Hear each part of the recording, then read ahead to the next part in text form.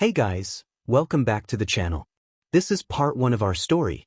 If you like this What If story and want to see part 2, let me know in the comments below. Before we start, don't forget to like, subscribe, and share this video with your friends. Also, check the description for more great content and my playlist. This story was posted by 𝐀𝐮𝐭𝐡𝐨𝐫 on Wattpad. Now let's start. Third-person POV Izuku Midoriya was a good kid. At least he believed so most of his life, but it seems that God did not agree. He was finally 4 and could go to the doctor to find out his amazing quirk. He was in such a good mood and so was his mother. He wished his father would also be here to be as happy as him and his mother were, but sadly he had died before he was born. Mother cried every year on the day that he died. Izuku always wanted to be a hero with his best friend Kacchans, but it was today that he found out that he lacked the bare minimum to be one. He was quirkless. His mom cried so much. She just kept apologizing to the boy. The news crushed him for a bit as well, but the kid was resilient. He was not going to give up just yet. He would have to train, but with the help of his friends and family he was gonna manage. He could be a cop or a psychic, right? Apparently not. Once they got home his mother turned quiet. She brought out the steak knife and stared weirdly at him. She was scaring him, but mom wouldn't do anything, would she? With a crazed smile on her face, 𝐾𝐮𝐭𝐡𝐨𝐫 Midoriya crept toward her son. Several other kitchen appliances floating around her with her telekinesis. Her eyes bloodshot, the tears long dried. Around her a deadly aura. You piece of useless 𝐬𝐶𝐻𝐿. You were my ticket to finally pay that bastard back. Now that you can't be a hero, how will I make him suffer for leaving? You won't make enough money and be famous enough to remind him for what he lost. 𝐾𝐮𝐭𝐡𝐨𝐫 was now screaming. What was she talking about? It didn't make sense. Who was he? Izuku's mind raced as he was backing up from his mom, who still had a lot of weapons around her and the evil aura. It took a few more steps before he hit the wall, and now he was really scared. He started hyperventilating and panicking. This is your fault. If you weren't so useless I wouldn't have to do this, but you made me. You and that bastard Hisashi both made me do this. Now pay. 𝐾𝐮𝐭𝐡𝐨𝐫 said each word laced with venom. His father? What did he do? He was dead. And this was not his mother. This was just some nightmare. An illusion. Sadly he was wrong. His mother got close enough to reach the boy by his right hand with her free hand, and that was what she did. She grabbed the boy by the wrist and jammed the steak knife in his shoulder. The boy let out a horrible scream, only to have his mouth forcefully shut by his mother's hand. Izuku's eyes grew wider when he saw the large puddle of his blood on the floor. His right arm was limp, he saw black dots coming as he started to lose consciousness from all the pain. I don't want to die. These were the boy's last thoughts. Izuku woke up with a sharp pain in his right shoulder inside a confined space. He had thought that he was dead from all of the blood loss and darkness, but the afterlife couldn't be so painful. Izuku tried to break out of his prison when he actually felt something soft. This took him by surprise when he recognized the place he was in. The reason it was all dark was because he was in his own closet. The young child now started to butch his situation. His bleeding had stopped, but it still hurt as F. The closet was probably locked from the outside by his crazy mother that seemed to be out for blood. He had done something to drive her to violence, and it had something to do with his father and his quirklessness. It didn't make much sense, but that was the least of his issues. Currently he had only one thing to do: escape alive. Izuku tried to get into a almost sitting position and started to apply pressure to the door with his left foot and kicked with his right. He kept that up until the old lock gave in and broke, the door flying open, making a loud noise. Izuku fell out of the closet only to witness his mother walking in the room looking sad. She grabbed him by the wounded hand and a yelp escaped his mouth. She smacked him in the face, then whispered in his ear. Listen here, you useless brat. Count yourself lucky that you are even alive. I didn't want to deal with the hiding of a dead body, so now this household will run differently. You will be mute around me, and every noise you make will need punishing. When I do give you permission to talk, you call me miss or ma'am. You will obey each and every of my commands if you value your life. Remember, my telekinesis can let me hold and move small objects, so I can and will grab and squish your heart if you ever try something. And it obviously goes without saying that you are not permitted to talk about this to anyone. Izuku shook his hand frantically, scared out of his mind, trying to show that he understood his mother's orders. From that day time home was hell. Izuku was ordered to do all the chores home, go to school and act like all is fine and become his mother's 𝐬𝐬𝐴. He obeyed 𝐾𝐮𝐭𝐡𝐨𝐫's commands the best he could, but every time he slipped up new scars would appear on his body. His mother also got more aggressive over the years. She got drunk most evenings and give him a beating or cut him. It took a lot of energy to clean up the mess and his wounds, but if he wouldn't do it he'd get for it later. Sadly, home was not the only hell in Izuku's life. Third-person POV Izuku surely suffered at home, but it was not the only place of pain in his life. He had hoped that he would at least get support from his best friend Kacchans, but clearly there was no good left for him. Bakugo met Izuku. His best friend asked him the question. "Hey Izuku, how did your quirk diagnose go? Got a strong quirk so we can be NR1 heroes together?" Kacchans asked with such a happy voice that Izuku almost thought that not all was lost. With a little sniffle the boy answered, "Kacchans, I am quirkless." Now he had tears running down his face. There was a silence so deafening that Izuku started to worry. After a very long pause Kacchans started laughing, and by the time he was done Izuku was not sure what to expect. Then it came. Kacchans stopped laughing and looked at his best friend before talking. "Su, you are useless. You are a Deku." Tears went down Izuku's face trying to form a sentence. Kacchans but he was cut off. "Don't call me that, Deku. As a matter of fact, do not talk to me or anyone ever again. Spare the oxygen for us, the useful ones." Izuku did as ordered. Izuku POV Izuku always remembered that as the worst day of his life. It was the day all came crumbling down. He was beaten and bullied every day in school, and at home he became SLV as well as Inko's personal punching bag every time she was drunk. That was almost daily. Izuku was now 9 and he was cleaning his newest wounds when he saw something weird in the sink where his bloody bandages were soaking. Among the pieces of cloth were several little bloody bolts, nails, and metal shavings. It now makes sense why Kacchans' explosion on my back and shoulder felt more painful than usual. He made an explosion on my body while holding these pieces of metal and they got melted in my skin. Great, just great, now I have to pull them out before the wounds get infected. Today was just another horrible day, and Izuku did not want to imagine what his mother's drunk tantrum would do to his already sore wounds, but as long as he behaved he wouldn't get too hurt. He had learned that lesson the hard way. The one time he tried to escape his mother's wrath, she used her quirk's power to break his rib and pull it halfway out of his body, leaving it in the wound. Izuku had to put it back just so it would heal. Izuku had learned to stick himself and treat almost every kind of wound, so he was not worried for himself. After 3 hours of cleaning his wounds, making dinner and doing his homework, Izuku heard the door slam. Here we go again. Mom is drunk again. What a surprise. Better to get over it quickly. Izuku walked out of the room and into the living room. There his mother stood looking like a mess. She also looked mad. Must have been a bad day at work. Who am I kidding? She is drunk and mad every day. After the beating and another round of cleaning wounds, Izuku plopped into his bed. He wanted to scream, but then his mom would get mad after hearing his voice and he would get a second beating. In school he couldn't talk either because he got punished by Kacchans or got detention from the teachers, forcing him to be late home and gain another beating. Due to all of this, Izuku got really quiet. When he stopped talking he noticed a decrease in pain, so went sometimes for months not speaking. He even started learning sign language to avoid speaking as much as possible. The only thing that still brought him joy was music. Every night, before going to sleep, Izuku put on some black earphones and listened to music. It was the only thing keeping him sane. It was another day in this hell, and after getting called all kinds of names it was finally time for lunch. Izuku ate on the roof, but when he got back to the classroom he was greeted by Kacchans and his minions.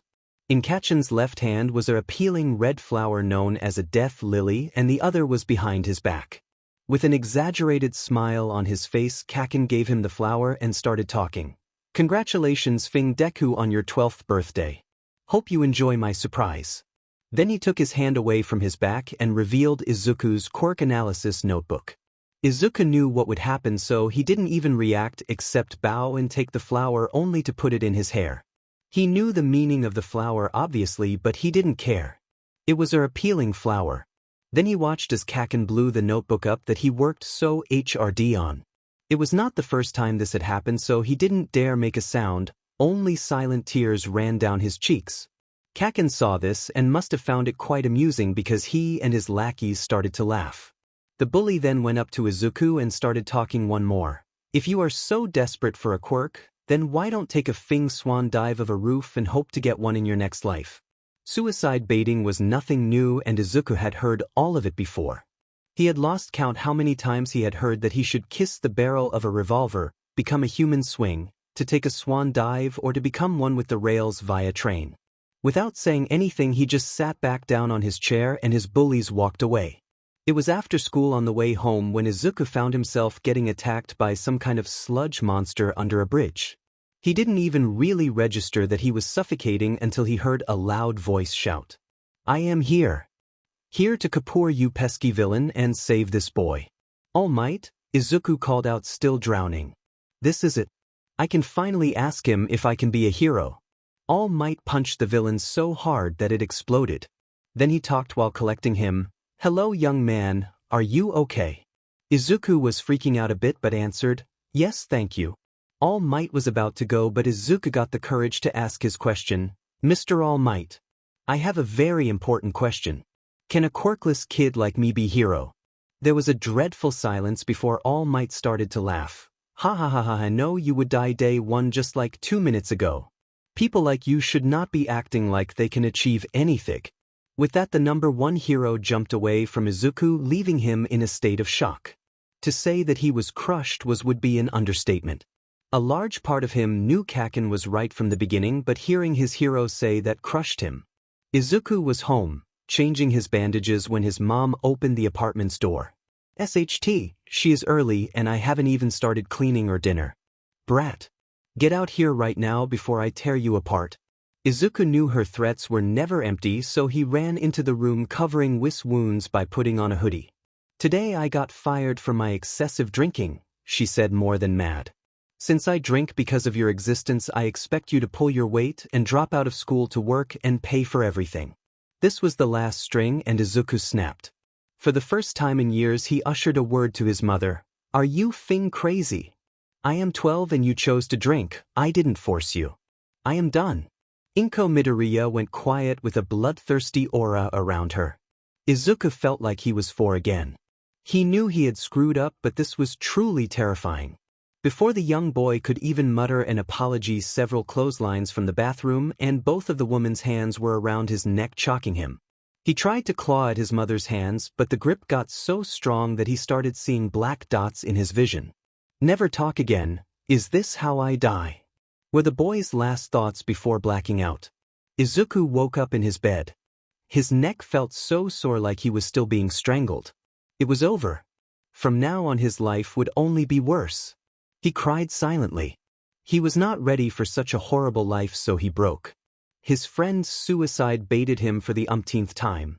His hero rejected his dreams and his mother would make him lose his whole future, not to mention that he was almost killed by her. Then Izuku got up from his bed. He was tired. Maybe Kacchans was right for once. His mother also wanted him dead but didn't want to deal with the cops for killing her own son. It was time he did them and the whole world a huge favor and rid it of one more useless Deku. Izuku put on his red sneakers, threw on a black hoodie, cargo breathes, and put music on. He couldn't be bothered to write a suicide note. Not like someone would read a Deku's note. Person Izuku, I opened the door as quietly as possible, walked out and shut it. I don't want to wake Inko up. I walk toward my school. It is 4 a.m. so the first rays of sun will be visible. I reach the building and climb the fire escape staircase. I sit on the ledge and my mind goes to one song that I put on. It fits with what I am about to do in a morbid way. Katsuki Bakugo POV. I woke up feeling great. I know that today will be another day of me being better than everyone. My lackeys always say how cool I am, so amazing, and soon I will be the #1 hero. I mean, there are only a few more months before we go to junior high and then UA. I wonder what I should do today at school, but first I have to get ready. I brush my teeth, get dressed, and go for breakfast. The old hag yells something like usual and I answer the same way. This is getting really annoying. Like, how can someone be so annoying all the time? My life is so hard. Finally, I get out of this annoying situation and walk to school. I reach the last corner, and when I turn I see a whole crowd. There are cops and a couple of heroes. Deku will geek out the minute he shows up, I think. I walk through the crowd of extras to see what the commotion is about. Then I see it. A bloody mess of spattered blood, a corpse with a black hoodie. It is disgusting. I want to vomit but don't plan to make a scene. Can't show weakness. Whoever this loser was, he won't make me look like a beach. That wouldn't be hero-like. I was about to leave when I saw one of the dead kid's shoes. Red sneakers. The kind Deku wears. Now that's disturbing. The body has a sweater I have seen Deku wear, the same shoes, and now that I look closer, the blood stained his face, but it has freckles and kind of green hair. Now the gears seem to click in place. Oh, as Death Arms POV, I was about to go patrolling through the streets, currently putting on my suit when suddenly my comms went off. Apparently 𝐀𝐮𝐭𝐡𝐨𝐫 found a suicide victim by a nearby school and he needed help getting civilians away for the cops to clear up the scene. I know how nasty those scenes could get, so I ran to help, but it seemed that I was a bit too late. Hundreds of people, mostly kids, were surrounding the perimeter. I jumped over the crowd and saw it. A horribly mangled body of a maybe 12-year-old. This is certainly the harder part of my job. I was briefed on the situation and helped with crowd control. The faces of kids and adults recognizing the body were disturbingly peaceful. Probably from shock. But they were not shocked. Those were content faces. They seemed happy. But why are a bunch of kids and adults happy to see a suicide? What the hell was this school? Bakuga POV school was cancelled and I felt like 𝐬𝐮𝐬𝐽𝐻. I was sad. Was I sad? But I had told Deku to take a swan dive hundreds of times. I wanted this right. Did I regret this, or was I sad for myself? Was I sad that he listened, or did I fear that someone would tell the cops? Could I still be a hero if I pushed someone to suicide? My emotions were a blur, and so were the next few days. It has been a week after his death, and we have been invited to the funeral. The old hag also mentioned that Auntie Inko has not been acting the same. She is apparently drinking a lot, so we plan to visit her right after the funeral. I have been feeling heavy the whole time, and every time I hear his name I remember the mangled remains of his body. Today we are going to buy a suit for the funeral, and I do not know what to think. Do I regret saying those things? I don't think so. But I just can't seem to get that nasty picture out of my head. It almost makes me vomit every time I think of it. God damn it. Why can't I just forget? I don't deserve this. Why must I suffer so? The funeral is in 2 days and we have to go buy some flowers. My parents suggested some death lilies and I had to excuse myself. I ran to the bathroom from the sudden urge to throw up. All I can think of are all the times he was gifted those flowers. Something is wrong with me. Inko POV, the bestiality is gone. I felt good, but there is this nagging feeling. I miss him. I miss the feeling of beating him. It felt like I was hurting the piece of sea man I once called my husband. Now that they both have left, I have been drowning myself in liquor. I don't have a lot of money, but I can sell all of that hero merchandise for a quick buck. I had planned to kill him sooner or later, but I wanted to have some more fun before finishing the job, so I was stalling. Now that he took his own life, I regretted not finishing the job that evening. That made me so sad I started crying. It worked in my favor, making me look like a grieving woman. One cop asked me to identify the body, and even though there wasn't much, it looked like him. The only really recognizable part was the upper part of his torso, and I saw the scar I left. I felt proud. Sadly, the cop also saw said scar. When he asked if I knew anything about accidents or suicidal tendencies, I told him that I didn't know he was suicidal and he might have tried hanging himself that night but failed and chose Plan B. I totally played into the mourning mother act by leaning against the cop, crying and talking about how happy the brat acted. He bought it. 𝐶𝐿𝐼 Naomasa POV 𝐶𝐿𝐼 just talked to a grieving mother. He had to ask her to identify her son's remains after he committed suicide. He would never have done this part of his job willingly, but he was the last in the office. He was there on scene, so he knew how gruesome it looked. If he could, he would have spared this poor mother the pain, but there was not much else to do. I had to ask her the standard questions about if he was showing suicidal tendencies before his death. Then I asked her about the neck scar the doctors pointed out should have killed him. The cried out what we all thought. A failed attempt. Then she leaned against me and wept, telling me how he was a happy kid. I didn't use my quirk on purpose, I swear on my badge and life. But the conditions were met and suddenly I knew that she was not telling the truth. Why would a mother lie about her son's mental state? I was now not sure what else she could have lied about, but I kept calm. I would have to look further into this. Maybe there was more to this woman than she let on. RD person POV. It was a small and quiet funeral. It was a closed casket one. Only Inko and the Katsuki's arrived. Izuku Midoriya's grave was decorated by 12 red death lilies and left. Inko hoped to never have to see a single reminder of that piece of SHT again. Bakugo hoped that the dead boy would be reborn luckier. Mitsuki hoped for Izuku's peace in the afterlife. Masaru hoped for his son's best friend to be happy. Izuku POV. I have been falling for God knows how long. Time is weird here. Once I hit the floor there was a split second of pain and then darkness and falling one more. It's just so dark. I want to scream but for the first time no actual sound came out. I am literally trying to but no sound comes out. It is a weird feeling. At the start the darkness was so hot that it felt cold. Then it burnt. Out of nowhere it turned ice cold. It felt like I went through all feelings. I just hope that this is not all death has to offer. If it is an endless void but I keep conscious then I might just go insane. I think it has been days. Might be weeks or hours. Time is weird here. I have started hearing voices but they are not mine. Only whispers and murmurs. It is like the kids at school talking behind my back thinking or at least acting like I can't hear them. But these voices are not mean. I can't tell what they are saying but I know that they are not malicious. They remind me of curious kittens and puppies. It's been a while. Or not. Time is weird here. The voices are growing louder. I hear all kinds of noises. Most animal, some human-like. They ask questions but no matter how much I try to speak no sound comes out. I think I'm going crazy. Voices in my head could be hallucination from the BLD rushing to my head but dash. Wait, if that were the case, that would imply that I am still alive and not slattered on the pavement. But I felt the impact. Whatever. The point is that I have started seeing little creatures of what seems to be condensed darkness. It is weird. But so is everything else here like time. It was sudden. Or was it gradual? I do not know. Time is weird here. I saw one of those shadows. Yeah, I named my insanity endless free-fall hallucinations. Is that weird? The point is that I saw a big one. Like he is massive. The others also grew slightly but this one was big from the start. He looks like a fang dragon. I will be the first one to admit. I took my own life by choice. For reasons.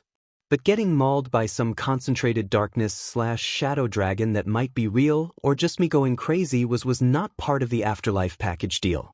At least as far as religions go, I don't think I have heard of people believing that after death there is bloody dragons made from the abyss itself.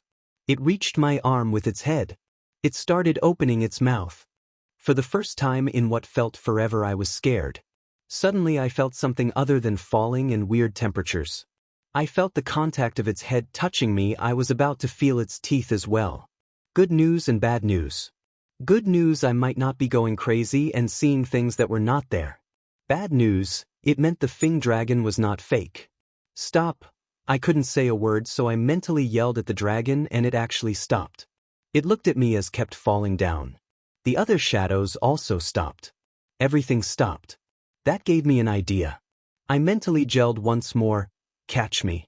The dragon bolted so fast I did not even feel it gently adjust under me to catch me safely. I stopped falling. I woke up. I woke up on a roof. Not just any roof. The roof that I jumped off. The roof of Aldra High. I pat myself up and down making sure that I am real. I have it all.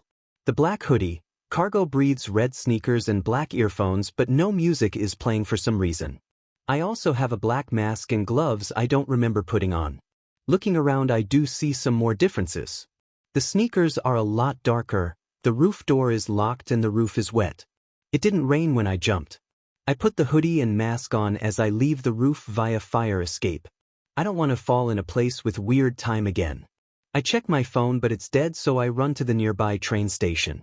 The clock tells me it is 3 July, exactly 2 weeks after my birthday and the day I jumped. I am confused to say the least. I tried to leave when I suddenly felt a lot more lightheaded.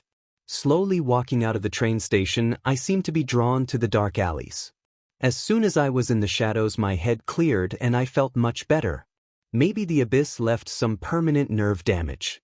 I moved through the dark parts of the city till I reached a park with a pond.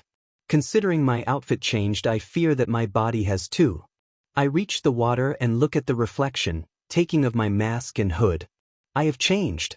My hair is now black, so are my eyes.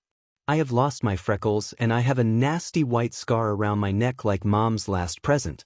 Considering I still feel half dead and tired, I decided to crawl in a darker alley to sleep. I seem to like the darkness a lot more than I should, considering I was in darkness for apparently 2 weeks.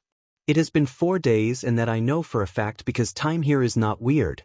It seems that I have a quirk that activated when I died. My reaction was very mixed since I never had a quirk before and it was a great experience, but then came the realization.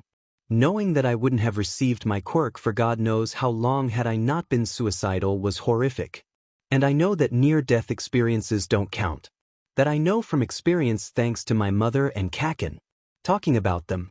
Well, I don't think I want to see them. They are probably a lot happier, so it would be a shame to ruin this. Other things I learned are, direct light does me no good. After an hour or so I will start feeling lightheaded and disoriented. Any longer will hurt like sunburns on the exposed skin, though no visible irritation. The sun does the job twice as fast and painfully. I seem to have some degree of light tolerance. If the light is weak enough it won't do much, and clothes help a lot. All of my scars are still there, but new wounds only hurt in light and heal almost instantly in the dark. My scar on my neck has left me permanently mute. Good thing that I was basically mute already and learned sign language. I also gain more speed and recover stamina faster in the darkness. I have perfect night vision. I can see there better than in light, as a matter of fact. My body seems normal, if not a bit too pale, but when I want I can disappear only to reappear in anywhere dark enough. Limited by only light, I can basically teleport. I am more or less one with the shadows and the transition is almost natural. I don't seem to need to eat or sleep while in the dark, but once out I am back to almost human. I do lack a heartbeat, so undead. Some of the little voices of the abyss followed me and they look like little animals. I understand them and using my mind I can communicate. I think they see me like the leader as they follow all of my orders. The abyss is only my subconscious. I can access it when I sleep, but the first time I did I panicked so much I snapped right back out and hit my head against the wall I slept against. Lastly, I seem to have my own kingdom. That is all that the light doesn't touch is mine. I can make things pop up from nowhere and they can be used by me. I thought about weapons I would need and they just appeared. Black like some edgelord's personal collection, but seeing and my quirk literally made me emo. That is no big surprise. I want to use these powers helping others, like all those years I tried to be a hero, cop or fireman. Considering I am legally dead, I can't be a vigilante or criminal. Besides, if 𝐒𝐮𝐬𝐽 is the #1 hero, then I do not want to be like him. I would much rather mess with heroes but still help people. So vigilantism it is. First order of business was to find a nice place to stay, and I found an abandoned school. Creepy enough for most people to avoid, and 2 for criminals to stay in, as they can easily be surrounded without knowing, and way too cold and dark for homeless people. That is no problem for me. Many of the little shadow animals followed me and live in the school with me. I feel like an emo Cinderella. My idea is to use these little guys that blend in with shadows as spies and scouts. They talk to me telepathically and they can teleport to the darkness, so they are quite versatile. I have no cash, food or blankets, but I don't need those right now. 𝐶𝐮𝐬𝐽 POV. It has been 1.5 weeks since I had that weird interaction with that woman 𝐀𝐮𝐭𝐡𝐨𝐫. I still can't get the fact out of my mind that she lied about her son's mental condition. What else did she lie about that I don't know because of a lack of physical contact? The only other person that knows I used my quirk technically off the clock is my good friend Izuku. I told him of the interaction and he agreed that there is something more. I don't know why, but I have the urge to lead this investigation. Once I was done with all of the paperwork, I went to Izuku Midoriya's residence. I do not have a warrant due to a lack of probable cause, but if she lets me in, then I can discover the truth. We have made contact so I can find the truth out. With me I have Sansa. We arrived at the apartment building and walked up the stairs. I reached the door and knock. Nothing. I knock again. Nothing. You think she's home, Naya? My partner asks me. Sigh, I don't know, but we can wait, there is no rush. I answer my friend's question. All of a sudden I hear a thump like someone falling down. A yelp follows quickly. Now I know that someone is in there. I knock one last time. The door is opened by a drunk Mrs. Midoriya. Good evening, Miss Midoriya. You probably remember me, but the main is Naomasa Tsukachi and this is my partner Sansa Tamakawa. I receive a nod from Sansa. It took a minute for her to have an answer, but alas, she responds with a welcome and some mumbles before she lets us in. That was easy. Sorry, is this a bad time? I ask out of respect. No, is all she says. Truth. I look around and see dozens of liquor bottles, Schock, Vine and Jägermeister. A half-empty bottle of whiskey by the couch is visible. It is a sad sight to see. We all sit down and the questioning begins. I remind her of her rights and ask if she would rather do this in the station when sober. She seems to have sobered up mid-conversation and states that she knows all of this. Truth. I ask some standard questions before moving to the ones about her son. So, would you say your son did not show signs of depression before his untimely death? No. Would you say he was bullied? I don't think so. Truth. Did your son ever mention any kind of issues he had? No. Would you say your son considered home as a safe space? I admit, that one was not professional, but I can't stand listening to this. Yes. Ma'am, I suggest you to tell the truth. I have a truth-telling quirk. Form there, it is all a blur. The next thing me and Sansa saw was the change in her face to some mixture of anger and pure insanity. Following that, several bottles flew at us as a faint green light surrounded the woman. I dodged the first one by ducking and Sansa jumped to the side. The second bottle was broken and it grazed my arm as I jumped behind the sofa. Several more flew at us as the woman yelled. That bastard deserved it all. He just had to be useless. I only wish I had finished the job when strangling him. Me and Sansa coordinated and both pulled our tasers before standing up and aiming at her. Before I could fire, a Vine bottle connected with my shoulder, most likely dislocating or breaking it. Sansa got hit by a broken glass in the leg, but his taser connected, then did mine. I called for backup and from there I don't remember much. Just me putting cuffs on her, then ambulance and lights fading in and out. Finally darkness.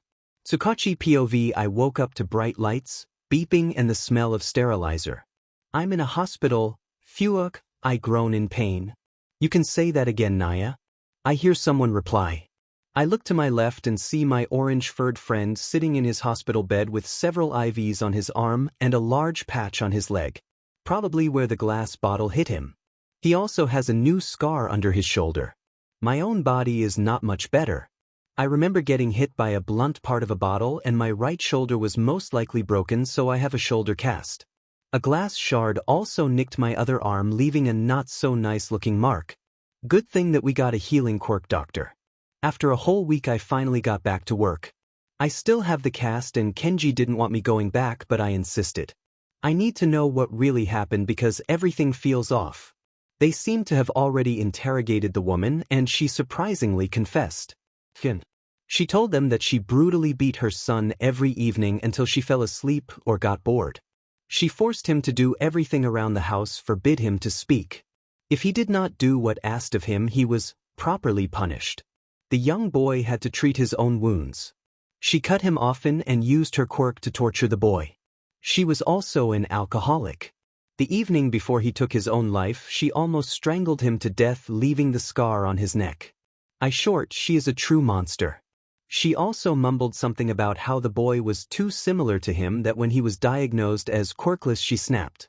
Yeah, she was doing all of that to the boy since he was 4. 8 years of abuse. And that raised a lot of questions. Did his teachers and friends not notice the symptoms? I will have to look into all of this further on a later date. Once my arm heals and I'm done with all of the piled-up paperwork. It will take a couple days.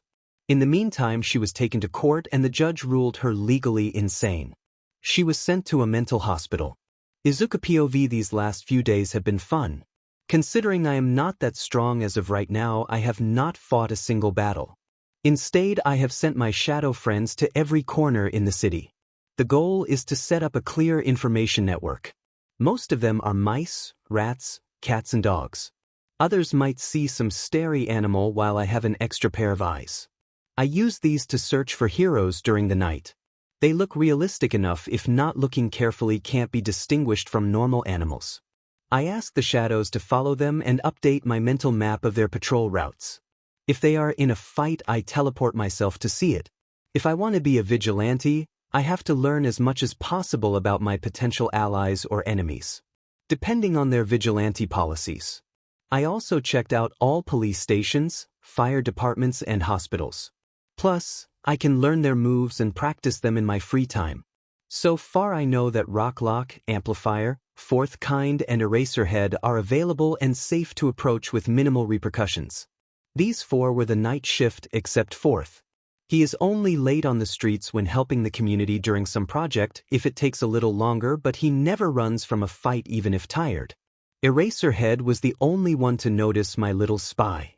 I had sent a cat, he saw it and came up to pet it. He noticed the dark material it was made of, asked if it was another one of the quirked animals in a sad voice and just grabbed him.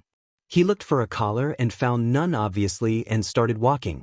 While doing that he kept mumbling about taking him in and adopting him, so my little ally jumped out of his hands into the dark, vanishing.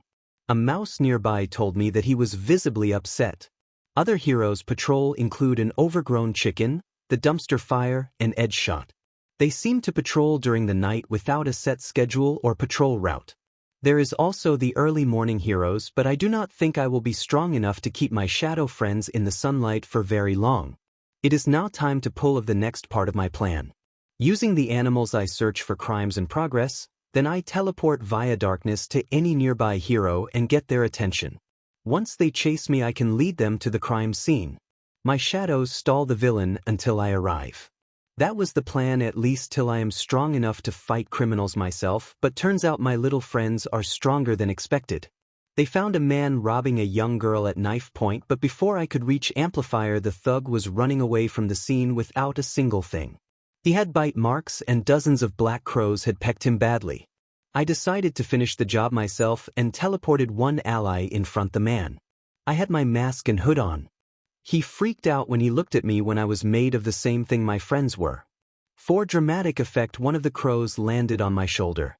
He was already trembling, so I decided to summon a lot more friends. The dude passed out. I tied him up with some shadow chains, took his knife with my gloves and pulled him back to the crime scene where the girl was no longer. I got a warning that the cops had been called and I heard sirens, so I left the man and his blade for them to collect. Then I waited till I heard them arrive, but when they turned the corner I was already gone. Tsukachi POV. Today was the first day I am out of the cast and already overwhelmed. I thought I had caught up with all the paperwork while in cast because I didn't go on patrol, but it seems to never end. Lately there has been an increase in crime.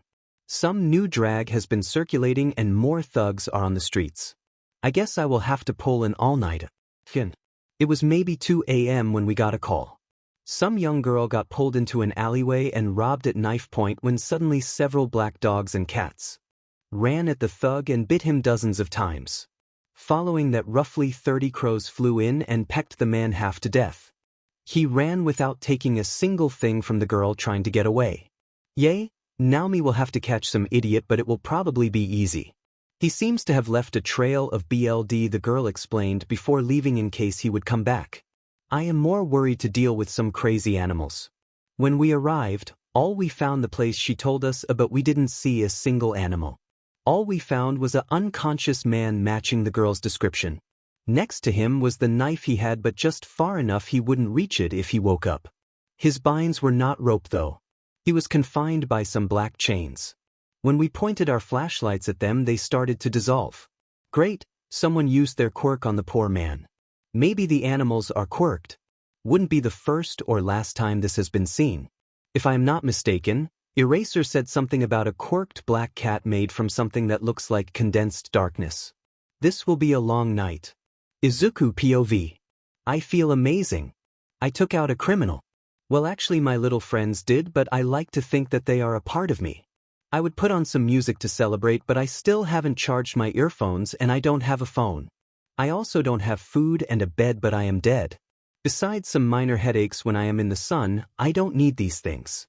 But if I want to do something when the sun shined, I will have to get used to the slight burning and lightheadedness and increase my tolerance.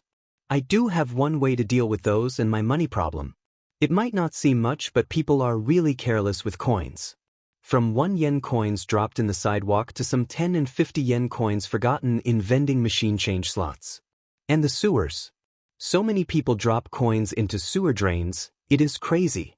It might not seem like much, but when you have rodents and birds in every corner of a huge city, it stacks up. Then there is all of the jewelry dropped everywhere.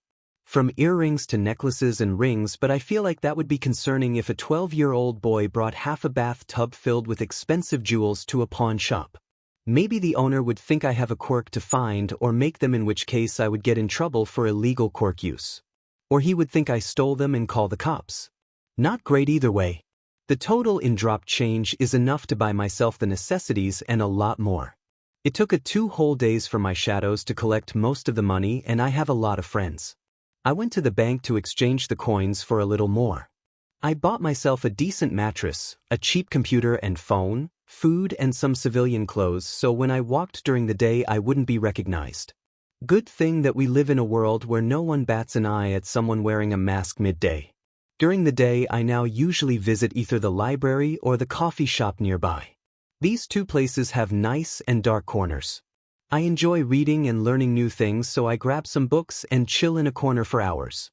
Usually I read about fantasy and quirk history. I can charge my devices in there and I can finally have my music again. I am a regular at both places and the employees are quite nice. Originally I had to communicate using pen and paper, but the librarian lady gave me a pass so I don't have to talk with anyone. She even custom printed it writing mute clients so it would be easier. As for the coffee place, they surprisingly have a girl who knows sign language. I was so happy. It has been a hassle ever since I died. Not being able to talk has been so annoying. The only issue is that the cafe is really warm and I have to wear a turtleneck or hoodie. Otherwise my scar would be visible, and while I am not insecure about it, it could be a tell if my description went public. I wonder how much that thug could remember after the shock. 𝐒𝐮𝐬𝐴, of course it isn't an innocent little kitty that has a quirk due to some experiments. It just had to be a vigilante. It is either that or the poor dude was too embarrassed to admit that he was beaten by a bunch of wild animals. I don't have time to deal with this. If his description is accurate, this vigilante used animals made of smoke or something unknown to attack him. He says he tried to cut them down but they vanished. And of course the man has no description of them. All he saw was someone on the street he was running on away from the animals. The person had all black hoodie and cargo briefs, a black mask, gloves and earphones, and dark red shoes. It was dark and the unknown assailant had his hood up, so we don't know his hair color, eye color, or anything at all. The only thing we know is that they are short, most likely the size of a 13-year-old. But the one thing we know is that he had lots and lots of friends in the form of black animals. The man apparently fainted from the pain, but the doctors said that they were only minor injuries. It was fear. He called them the nightmare. So original. I checked the quirk databases dozens of times. Someone like that does not exist, yet I heard no lie during the interview. After the initial attack, the nightmare went silent for like a week. This does not make my job easier. Izuku POV. I was running through the darker streets after a break from my first villain encounter. I wanted for the cops to know my description so I wouldn't be mixed up with the villains. Though they probably still don't trust me. I had received a warning by one of his shadows about a grocery store robbery in progress. Of course I could just teleport, but the fresh air was just so satisfying. I also finally had music playing in his earphones. Besides, it is closed, there are no hostages. Currently he was listening to Run Boy Run by WhatIf. Not my song. Show them some love and support. It is a great song. It was fun and fitting. Run boy run. This world is not made for you, run boy run. They're trying to catch you, run boy run. Running is a victory, run boy run. Beauty lays behind the hills, run boy run. The sun will be guiding you, run boy run. They're dying to stop you, run boy run. This race is a prophecy, run boy run. Break out from society. I arrive to the crime scene to witness a hooded man running out of the store with what seems bags full of canned soup and some bread. That is the only thing the poor man stole. He probably has little to no money and couldn't afford food. The alarm and glass door are molten, though they must have triggered even if for a short moment, because my shadows say that a cop car just drove in our direction. I follow him with no sound. Being made of darkness helps with stealth a lot. Tomorrow is another day and you won't have to hide away, you'll be a man boy. But for now it's time to run, it's time to run. Run boy run.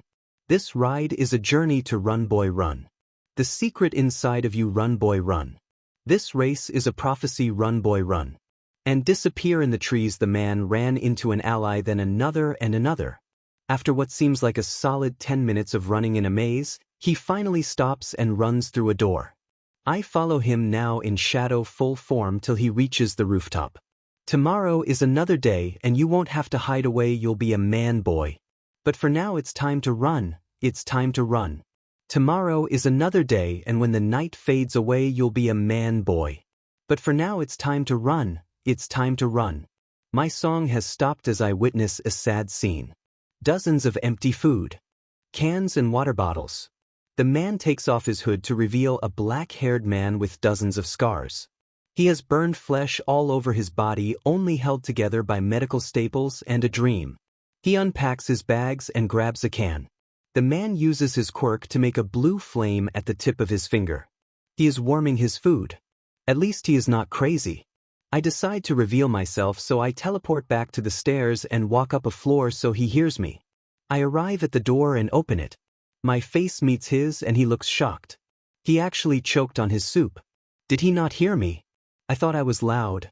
That is what Mom always said. I just stand there. Within a few seconds he clears his throat and yells, "Who the F are you? Where did you come from?"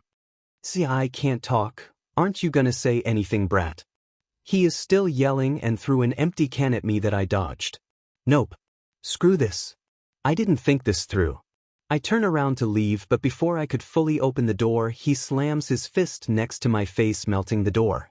I could run, but he might attack me next time he sees me, and I don't want an enemy with a fire quirk.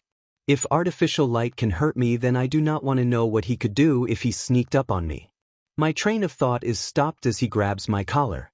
Now I try to mouth, "I am sorry," and put my hands into an apology motion, but I don't think he saw any of it. He is just angry. Not gonna talk, huh? I saw that he was just rambling, so I did something. Something dumb. I slipped out of his hold by making myself more shadow than physical and stepped a bit back.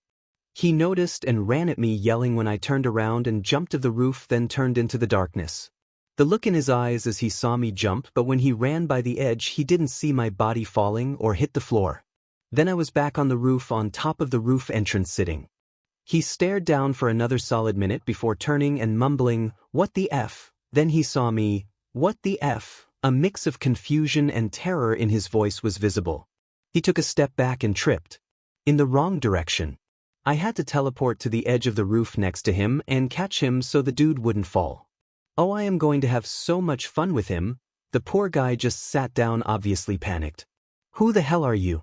You show up without noise, escape my hold, jump of a fing roof, somehow end up at the top of the entrance, and save me from falling by appearing in front of me while I fall after you gave me a heart attack.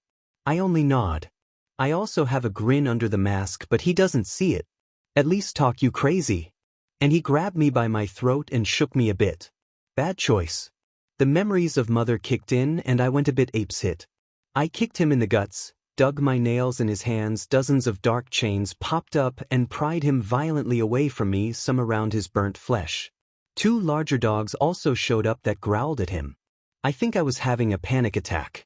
My chest tightened. I couldn't hear anything except my heartbeat. It was hard to breathe, so I ripped my mask off. My breathing was short and rapid.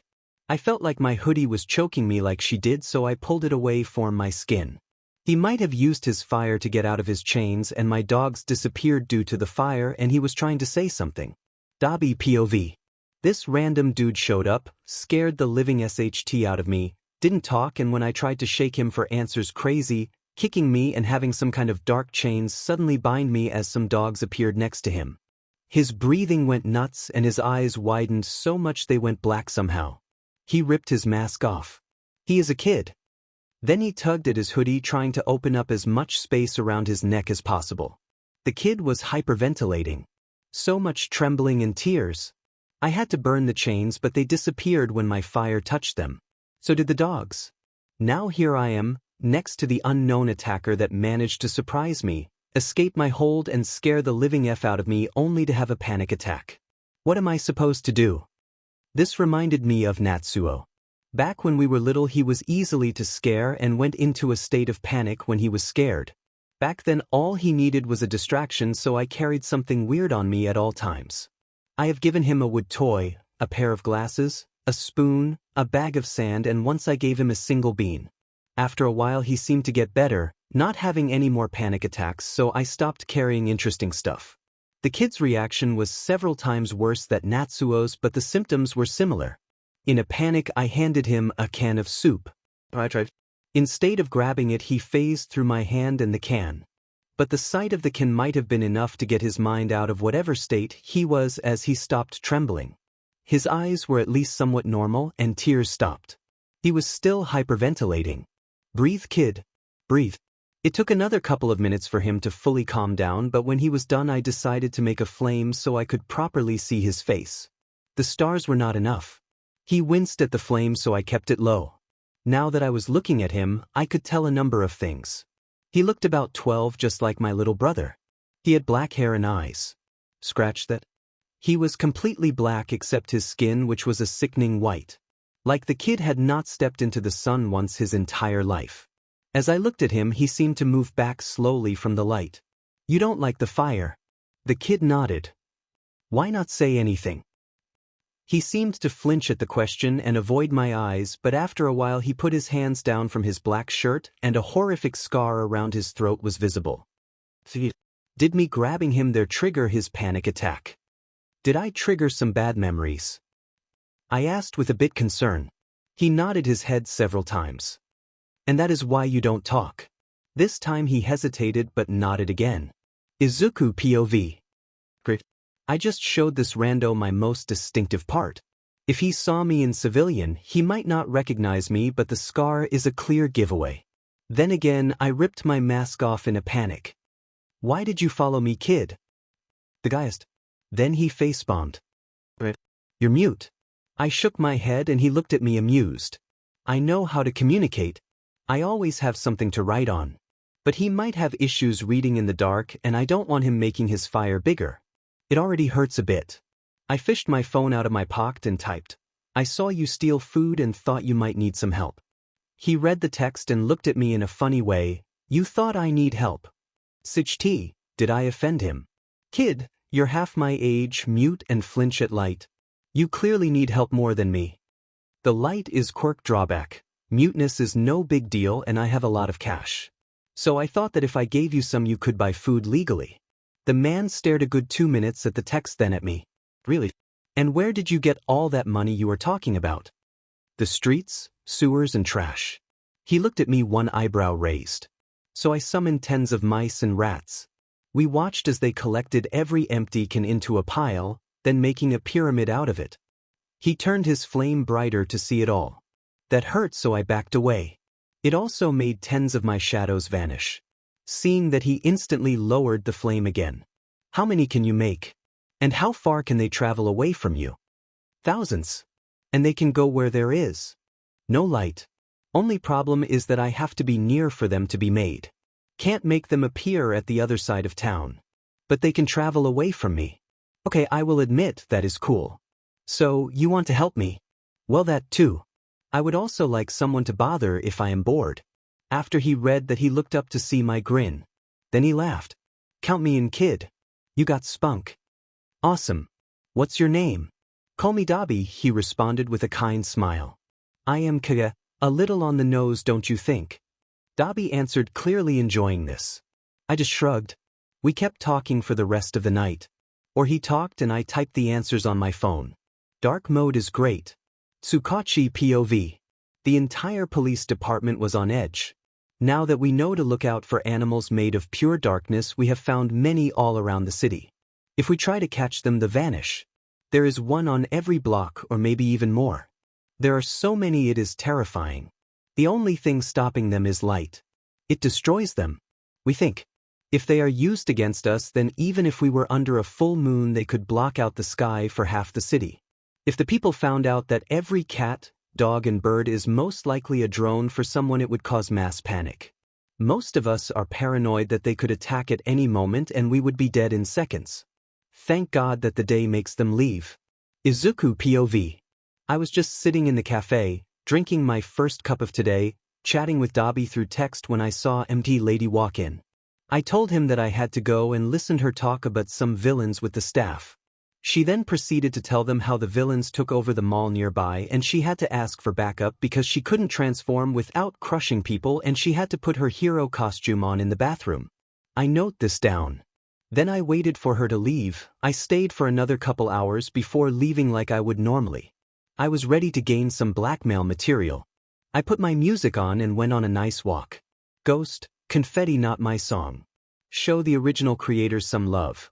La la la, look, I don't want to fight you got to know that I meant it when I said that I liked you or maybe just the idea I bought it. Don't want it, now return that like IKEA apologize. I'm not a mind reader, I need attention, so I try to be a crowd pleaser. It was easy, till it got a little deeper. Now I don't know how to deal with you, so I'm a disappear poof. It was the middle of the night when I reached the mall. I know I could have gone there via teleportation, but I have to get my steps in. From there I summoned some tiny shadow rats to search for the security room. It was easy. I'm a ghost now you see me, now you don't. I'm a ghost every time you hit the phone. I'm a ghost la la la la la la la. Now you see me, now you don't la la la la la.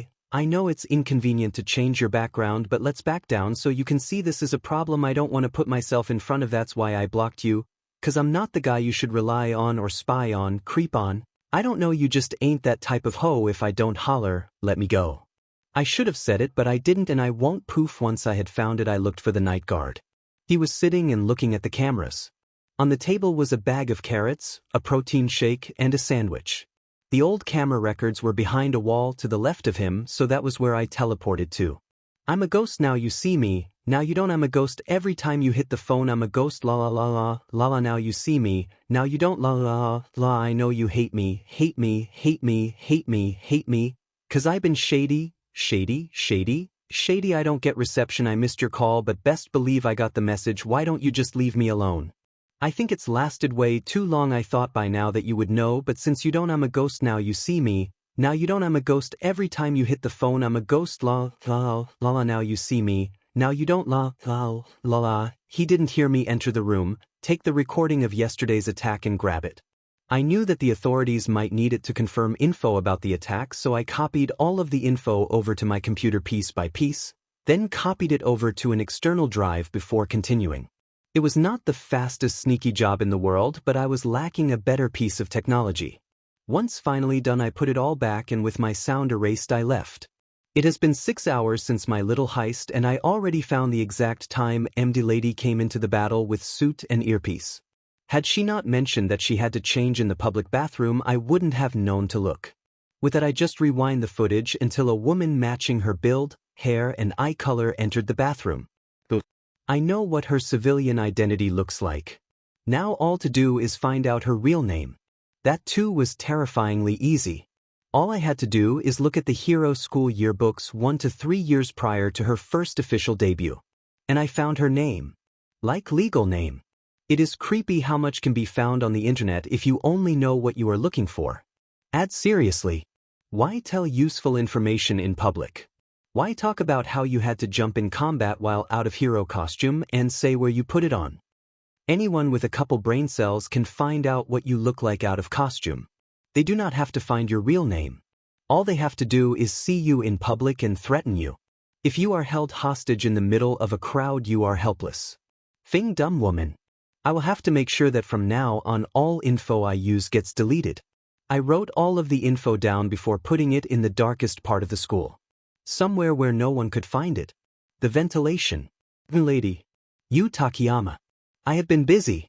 With dozens of fights I have analyzed over the span of the last month, I have noted down every trick, advantage and flaw in every fighting style of the heroes and villains. Using these I made my extreme workout plan. Each night and day for a whole 2 weeks I have been doing nothing but train. My body is still frail, but since I don't technically need food, sleep or breaks as long as I am in darkness, I can train non-stop. So I locked myself in the basement of the school. All I had to do was put down all distractions. I sent 𝐴𝐵 a text that I would be training and not by my phone for like 2 weeks, and if he needed some cash I had some old jewelry I couldn't sell to anyone legally, but if he knew someone who wouldn't ask questions he could have half the profits. 𝐴𝐵 has not committed any crimes ever since I've started providing him with money. I know because I have eyes everywhere. The guy has been keeping humble, not buying anything he didn't need. In return he gave me useful connections in the underworld. He is an informant working with anyone who pays right for things he knows. Therefore he was more than happy to introduce me with his line of work. I do have the perfect quirk for just that. Gathering information in the darkest parts of the city. That is where most interesting things happen after all. But now I had to stop learning about the gray zones of the law. I had an intense workout in front of me. In a week there are 168 hours, in 2 336, and it takes roughly 100 hours to learn a skill. Considering I have been working on improving my martial arts skills with 0 breaks, I would say I can defend myself okay. I know how to do most things with my body structure. The rest I am not able to do because I am way too skinny. I have tried getting more mass, but I guess my death stopped that plan before it was made. Or maybe it is because I forget to eat. Now that I am done with my technique, I have to make sure I do not die the moment I enter the light. First thing would be sleeping. I don't have to usually, but if I don't for too long then I do feel tired the moment I am in the sun. Of course it is not as bad as it would be if I was alive, but 2 weeks might be too much even for me. With that I went to sleep. When I woke up I called upon my friends to grab my hidden stash of uncooked ramen and several water bottles. I was going to eat several cold meals, but it is fine. I kind of have to force myself to act human while in the dark because I lose all of my natural necessities. When I had made sure that I wouldn't starve the second I walked out of the basement, I opened the doors. Going through the school felt weird. I was sure I did not leave it in such a mess. If I hadn't sent my shadows to check, I would have assumed that the heroes or some homeless people ravaged my home, but the only living being in here was 𝐴𝐵. He was sitting in the middle of my room. I warned him that I was coming into the room using dozens of shadow dogs. Once he saw them, he made his flames small enough so they would not disappear. Then I walked in. As soon as he saw me, he freaked out. Like screaming my name in all 5 stages of grief, freaking out. Then he kept yelling questions. Where the hell were you? Do you know how worried I was? I thought my only friend was dead. You just disappeared. I might have been high, hallucinating, or just gone crazy, but I think he hugged me. The hell you talking about? I had to ask my friends to bring me my pen and paper so I could answer. What happened? I told you I was off to train for 2 weeks. Then I would be back. 2 weeks, my butt. It has been a month. What? My look said it all. How the hell did you keep track of time? By asking the animals if the sun was up or not every couple of hours. Well, I think you did not even ask once a day. I don't even know how you can have such a bad feel for time. I guess time is weird even when not in the abyss but only darkness. I have been on the streets again. Many thugs have been walking around the city robbing people. They were no real challenge for my friends and me. I decided to have a more hands-on approach so I would gain experience through fights and not only training.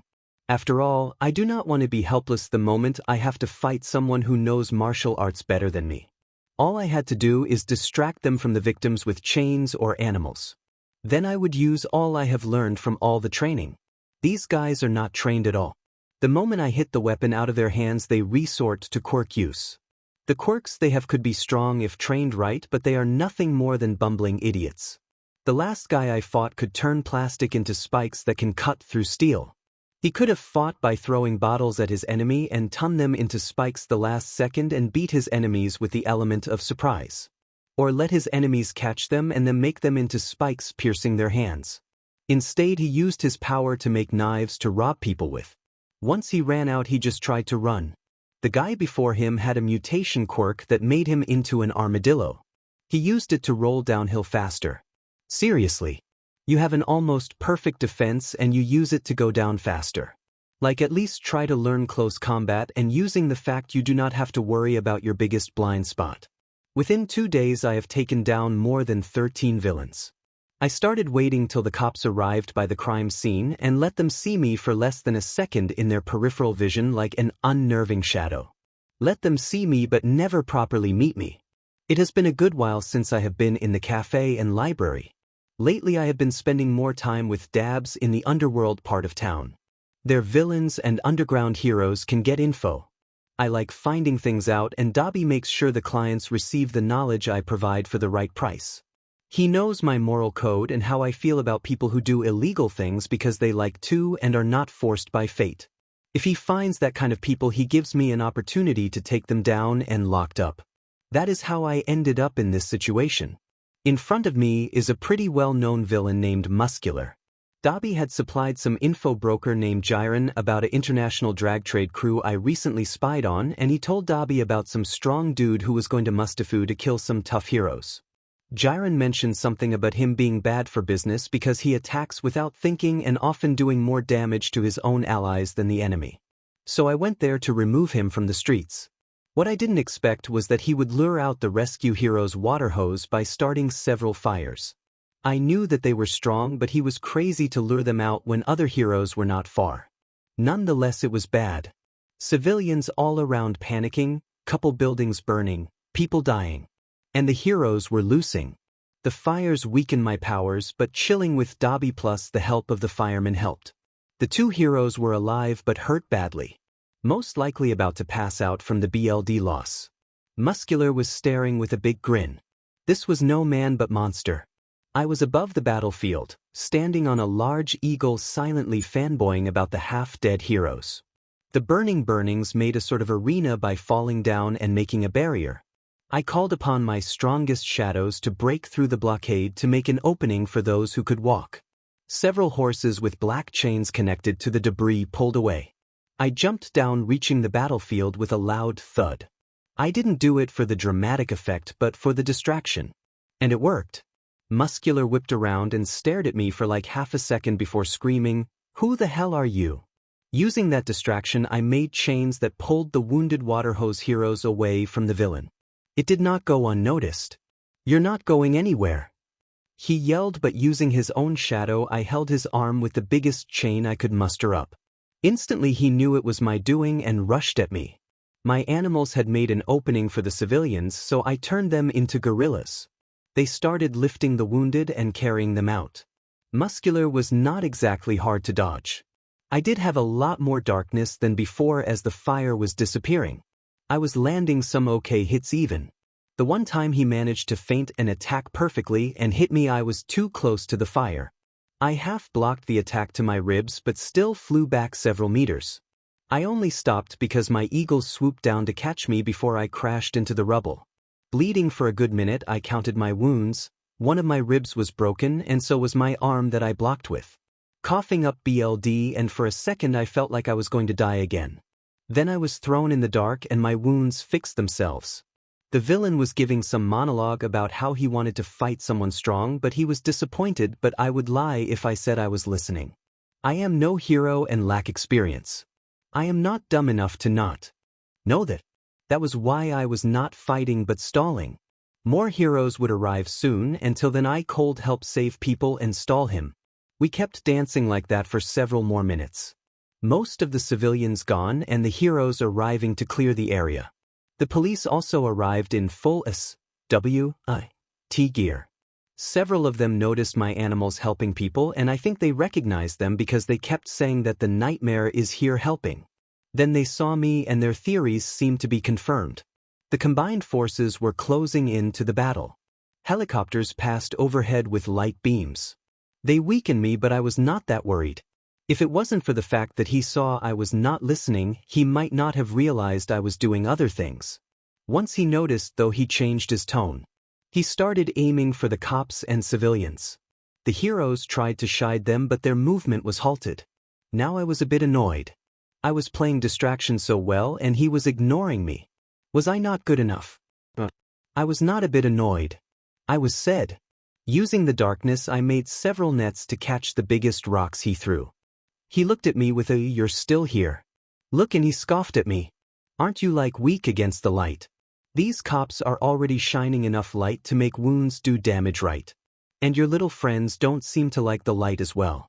You ruined my fun fight and stalled enough, so skedaddle. You are no longer needed. I took that personally. I really did. This entire fight I had to save people, hold him off and make sure no one was hurt or killed from the collateral damage. Now that the heroes arrived, I was no longer interesting. I was so sad I made all of my strong animals vanish and called some of my other friends. More precisely, every crow I had in the entire city. I never counted, but I knew I had a lot. I proceeded to block out the sky, the fire, the heroes, and everything else except me and him. A flying cage of shadow birds, it was pure darkness and silence. My friends made no sound while flying. The pitch black was the perfect condition for me to summon more friends. I had an infinite source of darkness. It was literally pure darkness. Almost as dark as the abyss. 𝐬𝐿 didn't see anything because he did not have a sight quirk, but he ran randomly around punching the air. If he hit the cage, he was met with sharp beaks and claws ripping parts of his flesh off. The light outside the dark cage made many birds disappear, but true darkness let me replace every lost ally with 5 more. No one could get in or out. He was panicking, but he stood, not wanting to get put into the bird blender again. He waited for me. He kept yelling for me to say something. I think he didn't like the darkness and the silence. It took only a moment, but without warning, every punch I threw damaged the man. His counters hit only to heal faster than he could land the next. But I was gone by then anyway. The unnerving feeling that I could be anywhere, that the birds could be anywhere, made him freak out. He ran straight with the hope to hit me or exit the cage. Instead, I met him with a knee to the chin, then a kick to the side of his head, and lastly a punch to the bridge of his nose. He was down. With that, I teleported out of the area and let my birds fly into the night. I went home. Our favorite detective POV. Are you kidding me? The nightmare that stopped low-level thugs just a few days ago turned up to a massive fight and threw hands with an A-rank villain. And he won. The moment I arrived and saw the shadow animals, I knew it was him, but actually seeing the rumored Vigilante instead of him being on the edge of my vision every time we arrived to clean after him up was a new level of weird. Then to also see him fight. The dude was holding back while fighting for his life because he was helping people. Once he saw that all people were gone, he showed his true colors. So many crows. The horde just grew. We tried several light sources, but they did not stop coming. For 10 minutes there was nothing to do. We stopped the fire and rescued the last wounded, but no matter what we did, no one knew what was happening inside. Then it was gone. Birds flying away, nightmare missing, and an unconscious 𝐬𝐿. They had so many scrapes and claw marks like he had punched the blades of a turned-on blender. Just like the rest of the criminals that fought him, 𝐬𝐿 reported the same description and the fact that the nightmare refused to speak. Not that we didn't know that. Because he had to be seen by some news helicopters. My phone has been blowing up ever since the videos started circulating. He spread like wildfire in terms of popularity. My higher-ups want to arrest or rehab him and turn him hero. And I have been drowning in paperwork because of him. I need a nap, Izuku POV. Well, that went well. 𝐬𝐵 yelled once I walked into the little bar we co-own.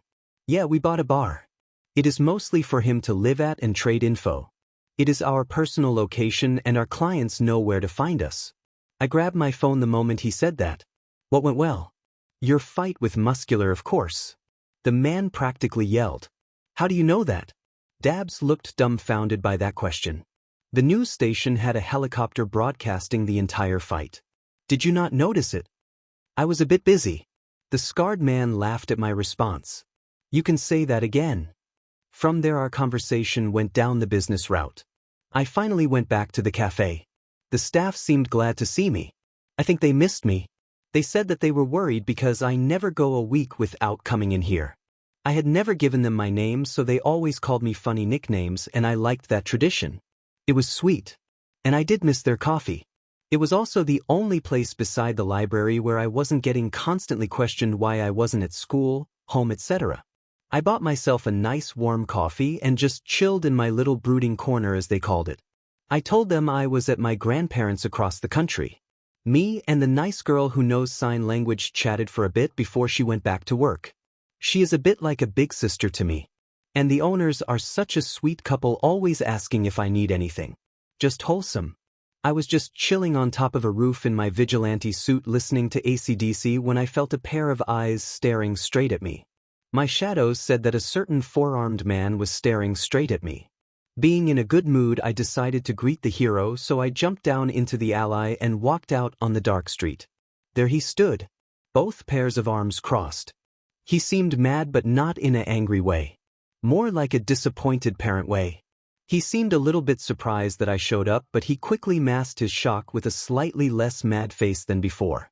If this was a trap, I had more than enough shadows nearby to help me out. I looked at the hero challengingly, so he started talking. Nightmare. You seem like an okay guy, saving lives and all, but I have to say, you are disappointing. I turned my head in confusion. I had never interacted with him before, so what was he talking about? He wasn't continuing, so I signed a simple what. I didn't know if the man in front of me knew sign language, but I had the suspicion that he knew it. I mean, the man visits disabled children's hospitals, elderly homes, and orphanages in his free time to help out. He was bound to learn the basics at least. So you can communicate? He replied with a sharp tone. Correct. I never said I couldn't. True, but you never talk and no one has seen you do hand signs. I usually do not have conversations. Alright, let's talk business. I want you to help the community with that quirk of yours. I want you to use your animals to clean the nearby woods of any trash. There is way too much of it. This took me by surprise. A hero was suggesting me to use my quirk illegally. Are you, a hero, asking me to commit vigilantism? That is not hero-like. He seemed amused by my blatant sarcasm. The slightly scary hero started laughing. Ha, you've got me there. I guess that isn't very hero-like. But for real now, I am investigating a company named 𝐀𝐮𝐬𝐴.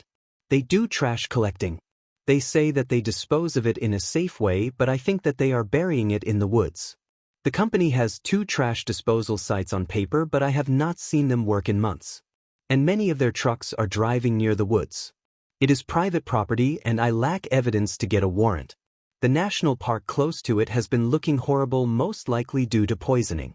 If you can bring us proof, we can save the trees there. The man had a compelling argument and I was going to agree, but I needed a few more answers. But before I could ask any of them, he interrupted my train on thought. By the way, got a better name than Nightmare. It seems excessive. Yeah, no one asked before except one person, and I was called Nightmare because the villains like to be dramatic and the news go with the drama flow. The name's Kage. It is a pleasure. Likewise. Anyways, why me? You could have paid a private investigator and you wouldn't get in trouble if someone found out. But if it comes to light that you asked me, then you could lose your hero license. Loads of paperwork saved. If I hire someone, then I will have to present the proof and will have to deal with all the paperwork. But if you do it, then the police on your case will have to do it. They are trained to deal with that and will be faster than me. And I will have more time to help the community. He spat out without even thinking, probably saying several things that could get him in trouble. Whoa, brutally honest. Fair. And why the rude start of the conversation? Why call someone disappointing if you are going to ask them for help? This time he hesitated. The man looked nervous. I kind of hoped that it would make you want to prove me wrong. I feared that you would decline, but I really need some help on this case. That is just suspicious. But whatever. The hero has his reasons. Fine, I will help. Thank you, Kage. He half yelled before giving me a handshake. That was very weird. Bakugu POV. I was watching the news in the middle of the night because I couldn't sleep when they were showing the attack on Mustafu. Seeing these great heroes loose made my BLD boil. Water Hose was a duel made in heaven, and here they were, getting crushed by some muscle freak. They were at death's door when this cool emo dude jumped down from who knows where. 𝐀𝐮𝐭𝐡𝐨𝐫 yelled at this new guy, so he obviously was not the villain's ally. While talking, the almost dead heroes were pulled away by some black chains, and as soon as the freaks saw this, a fight started. Well, it was more that the new dude was dodging all attacks as more things made out of the same thing as the chains started forming. They seemed to be animals and they helped with rescue. Must be some underground support hero. Deku would probably know his hero name. Why can't I get him out of my mind? It has been months. Why do I have to suffer because of him? Anyways, it seemed like the new guy was stalling but also putting up a pretty good fight when without any warning 𝐀𝐮𝐭𝐡𝐨𝐫 faked an attack and landed a hit almost directly to his ribs. The only thing saving the masked man from death was the half-butted block he put up. It seemed that the new cool guy was out for the count, getting thrown into the fiery rubble when a massive bird made out of the same kind of shadow as the rest of his friends swooped down. It caught him and threw him in the darkest part of the makeshift arena. Then his slightly unnaturally twisted arm went back to normal and the patch of blood forming where he was hit disappeared. So he can control the dark and heal with it. That is so OP. 𝐀𝐮𝐭𝐡𝐨𝐫 kept blabbering about how he was looking for a good fight and that the water heroes or the new guy was not good enough, but the hero said no word. Actually, he hadn't said a single word. After some more taunting and the police arriving with backup, 𝐀𝐮𝐭𝐡𝐨𝐫 basically told hit enemy to screw off like he was just a bug. Out of nowhere, hundreds of blackbirds flew around, blocking out all the light and encasing the villain and hero in a ball.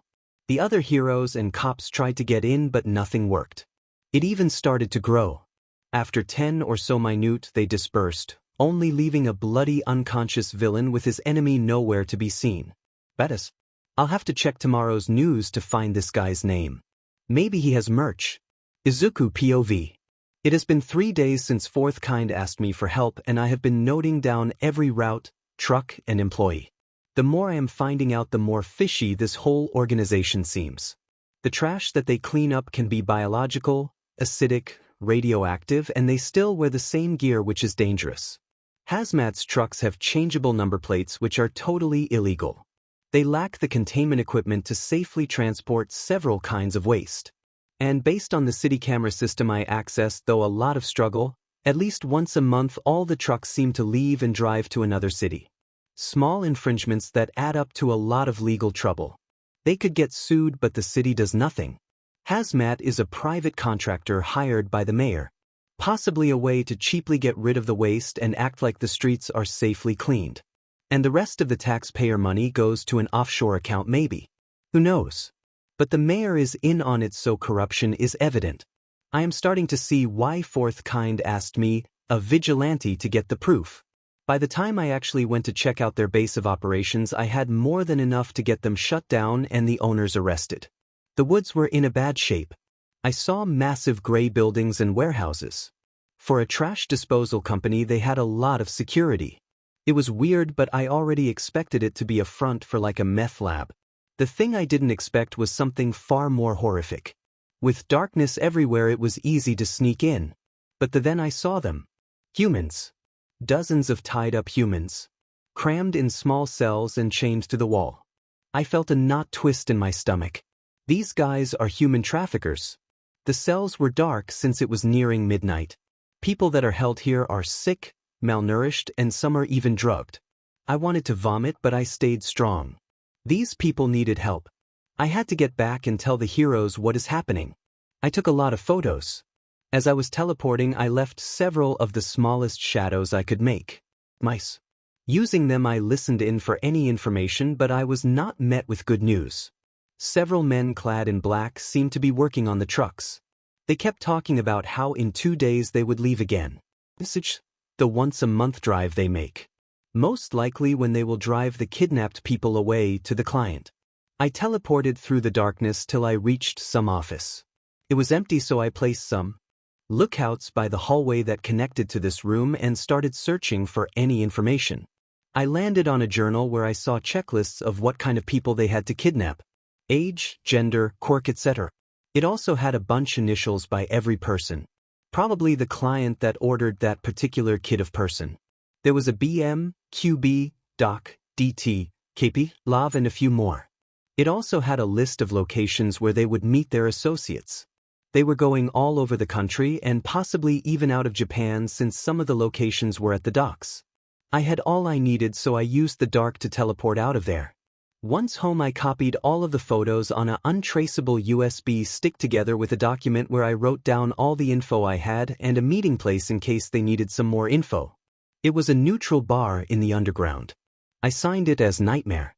Then I tied it to one of my bigger dogs and sent him to the police station where my favorite insomniac detective was. The moment he saw the dog, he froze. I probably didn't do him any favors with my stunt against Muscular. Text, signed, written or text-to-speech, text, talked, text, thoughts, 𝐶𝐿 POV. Finally, for the first time, Nightmare brought us something good. He didn't cause me more paperwork. Directly at least. But why did it have to be him to find all the missing people? We have been searching for weeks as more and more have disappeared. The investigation has been going on for years, but as soon as he took a look, things were found out. At least we can finally stop monsters. But first, I will need some answers. Bakugu POV. I had a blast researching about the mystery guy once the news revealed that he was a vigilante. His name is Nightmare and he has been saving people for weeks. High animals have been looking over the streets for much longer though. He has an awesome quirk and he is known to leave all criminals crying or unconscious. He saves people from the shadows and deals with thugs by making shadow animals and chains that stop them. Screw support, the guy doesn't seem to have clear limit on how many things he can make. He could be a top 10, but it seems he would rather work outside of the law. Sadly, he doesn't have any merch yet, but since his first public appearance was yesterday, the merch might appear soon. I wish I could meet him one day. Izuku POV. I have been to places that are called the gray zones often enough, thanks to dabs, but it doesn't change the fact that it is creepy. It is in a back room of a bar next to a massive shopping center. The best hid places are those right under one's nose after all. The owner seems to have money. Lots of it. The price wasn't crazy, but the amount of gold decorations made me question their quality. So either he is a fraud, acting like a big shot, or he has a lot of traffic. And I know that the bar is dry for most of the time. I made sure to have a list of people that are allowed to enter. It really only had the one detective who seems to be on my case based on the amount of times he has arrived at the crime scene when I am involved. I also gave the green light for the cat guy cop. He seems nice. And if they have anyone else, then they get kicked out. After sitting for an hour and being offered a drink several times, which I refused, being underage, the detective finally arrived. Alone. Though not fully. The undercover bus was located in the best lit parking spot of them all. Smart, but one of my animals was long in the bus before it left the police station. They didn't check there. And the bus had more than enough shadows. I also counted 10 armed officers with guns, and strong lights scattered in the well-lit mall acting like civilians. With them were a couple of heroes too. I know that because they too arrived in masked police buses. A dead giveaway to anyone who knows every number plate of the police's cars. Their garage is not well lit. I made myself a mental list to steal the recordings of the cameras. The cop bowed in a respectful way, probably trying to butter me up, and sat down. 𝐶𝐿 POV. This bar might have the reputation for being a gray zone in the underworld, but when the owner of the place is the best undercover agent in the country, it doesn't get much more one-colored. This guy is surrounded by heroes and police officers, and he doesn't even know because we made sure to only be in light. Plus he organized the meeting in the evening, so the mall is packed. It shows how inexperienced he is. He is probably in a rush to give more information about 𝐻𝐼𝐴. Good intentions. Maybe, but getting him off the streets will do good. Having this meeting is killing two birds with one stone. We can find more out about 𝐻𝐼𝐴 and stop a vigilante. Our special light bulbs that can be turned on by 600% will stop him from teleporting, and if he tries to leave with force, we have Eraserhead, 𝐴𝐻𝐼𝐴, Kamui Wood and Death Arms plus several officers. He is trapped. The moment I walked through the door, I bowed and introduced myself. We estimated that he knows most of our names and faces through his animals, so the elite rescue team are out of city. He remained quiet, like always, but I got a head nod and a gesture to sit next to him. Once I sat down, he reached for his pocket. My instincts were screaming danger, but what he pulled out took me by surprise. He took a phone out. Who starts a info sharing session doing that? That is so weird. Probably his first time being an info broker. Then he turned it on and put on text to speech. Never mind. He is just going the extra mile to not talk. Detective. It is an honor to finally meet the man tasked on dealing with me. I apologize for all the paperwork I have given you. And I apologize for any future sleepless, paperwork-filled nights I will cause. I hope you can see past that for the greater good of the city. The honor is all mine. Meeting the man who eliminated one of the strongest villains in the country. As for the vigilantism, I will have to arrest you one day. But today we have to save a lot more people. The kidnapped take priority. Of course, I fully understand. Since my last message, I have compiled the less urgent information. I hope that you used my results to warn the heroes in the cities where the vehicles are going. Lying. Such a simple tool to fool those who are naive. Nightmare had his mask and hood on, but I could feel the smug smile he had after hearing that he wasn't a priority. If only he talked, then I could see if he is lying as well. But I would need to touch him and he has gloves on. So, what kind of information have you collected beside all of the things that you already brought? Simple things really.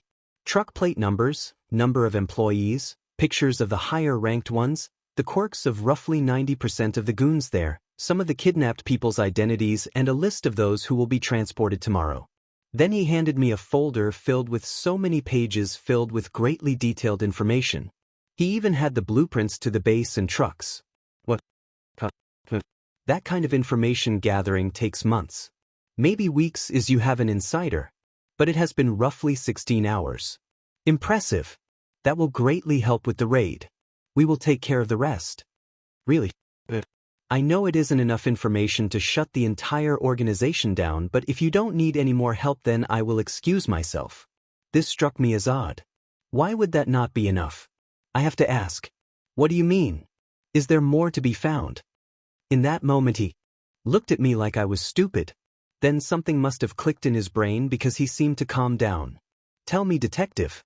If a hero was to find all of this information out with illegal methods, what would happen? Especially if they are a small-time hero. Do you mean it? I pried too much and he changed the topic. If I don't answer he might not cooperate. He now knows I lack some critical information and he has a valuable bargaining chip. Well, I suppose they would get praised as heroes by the civilians, but they would lose their licenses or get punished severely at the bare minimum. Doing so much illegal information gathering is too much. Any hero not in the top 10, and even they would be harshly punished. Form entering property without a warrant, but also the amount of privacy breaches would be enough to lose the license. And the Hero Commission might want to swipe the fact under the rug that they hadn't found this massive human trafficking ring, but a single hero did it by just breaking the law. Otherwise, the civilians might turn more to vigilantism. Then it clicked for me as well. Because he didn't have a license and only contacted the police, he stopped a mass panic and a crazy wave of vigilantism before it even started. If I didn't have a squad of people ready to take him down, I would love to work with him. He's a genius. Maybe he can be part of the Vigilante rehab program. Very well, if that is the case, then I guess I can help people by sharing my speculations with you. Firstly, the reason why you have not caught them yet is because they have someone important to cover for them. They would have been found out if a single safety test was made at any of their locations. These tests are mandatory by the law of Japan. But there are people who can deal with inspectors if they are in high enough positions. They are also private contractors. They work for the city because the mayor hired them. He could in theory pardon them from any safety checks. So either he is part of the organization with them, he takes bribes, or he received orders from above. None of the options are good. Secondly, Hazmat is not the kidnapping party. They are a mere storage unit. They do not kidnap the people and they don't sell them. Hazmat is only a stop in the long journey. They keep logs on how long they have every person. They keep them so long until they die or get transported to the client. And they are most likely only one of several places where humans are held till sold. They are the equivalent of a holding cell in the police station before driven off to court or prison. If they are the only storage, then the mastermind is an idiot. Putting all of his merch in one spot is dumb, and putting mostly weak people at the location is bad for business. But if this is just an isolated location, meant to be found someday to throw the trail off their larger and more important locations, then it is perfect. Employees not dumb enough to expose themselves but smart enough to not damage the little amount of merch they have or endanger their main clients. If that is the case, then we might be dealing with an international organization, and this location compared to a drag operation is nothing more than a street seller. Sooner or later he will be caught, but all he knows is a fake name and the number of the local dealer's burner he already threw away. This is so much more than a simple human trafficking ring. It is a full-out international scheme. So, you're saying that we are just doing what the mastermind wants? Yep. You know, we could really use someone like you in our ranks. You could join our little rehab system and have the same networks we have. You could work together with our best and help us stop these 𝐵𝗬𝗟𝗘s. I need to ask you a question, sir. How can I help? Is trust a big part of the job? I mean your job. This question felt odd. Like he was on to something. Yes. It is. Then I fear neither of us right for it. 𝐻𝑡. He knows. I went to push the hidden button in my sleeve to turn the lights on, but he was faster. A black knife appeared in his hand and was pointed to my throat. If I turned the light on, the shadow under chin would shield the blade and I'd be dead. But then it flew away. I pressed the button and a strong light appeared, but just as fast as it appeared it vanished following a loud shatter. He threw the blade at the lamp. It wasn't strong enough to make it disappear. We sat in darkness. I knew that my allies were seconds away, but I was a dead man. I had betrayed the man who made Muscular's hands look like they had been put in a blender. I heard a thump, and half a second later the team busted the door down and turned blindingly strong lights on. All that was left was an old phone on the table. It was different than the one he used. A device for communication. On the screen was one message. Better luck next time, Izuku POV. I escaped the little ambush the detective made by wrecking the lights. I did have to use all of my concentration to make sure my knife didn't disappear. Once it was broken, I was gone like the wind. I finally understood why 𝐶𝐻𝗧𝗏 asked me to do this job. He must have understood that there was something more but couldn't investigate without backlash. As for the cops and heroes, I must say I am a little disappointed. Their best plan was flawed enough for me, an unexperienced vigilante, to escape.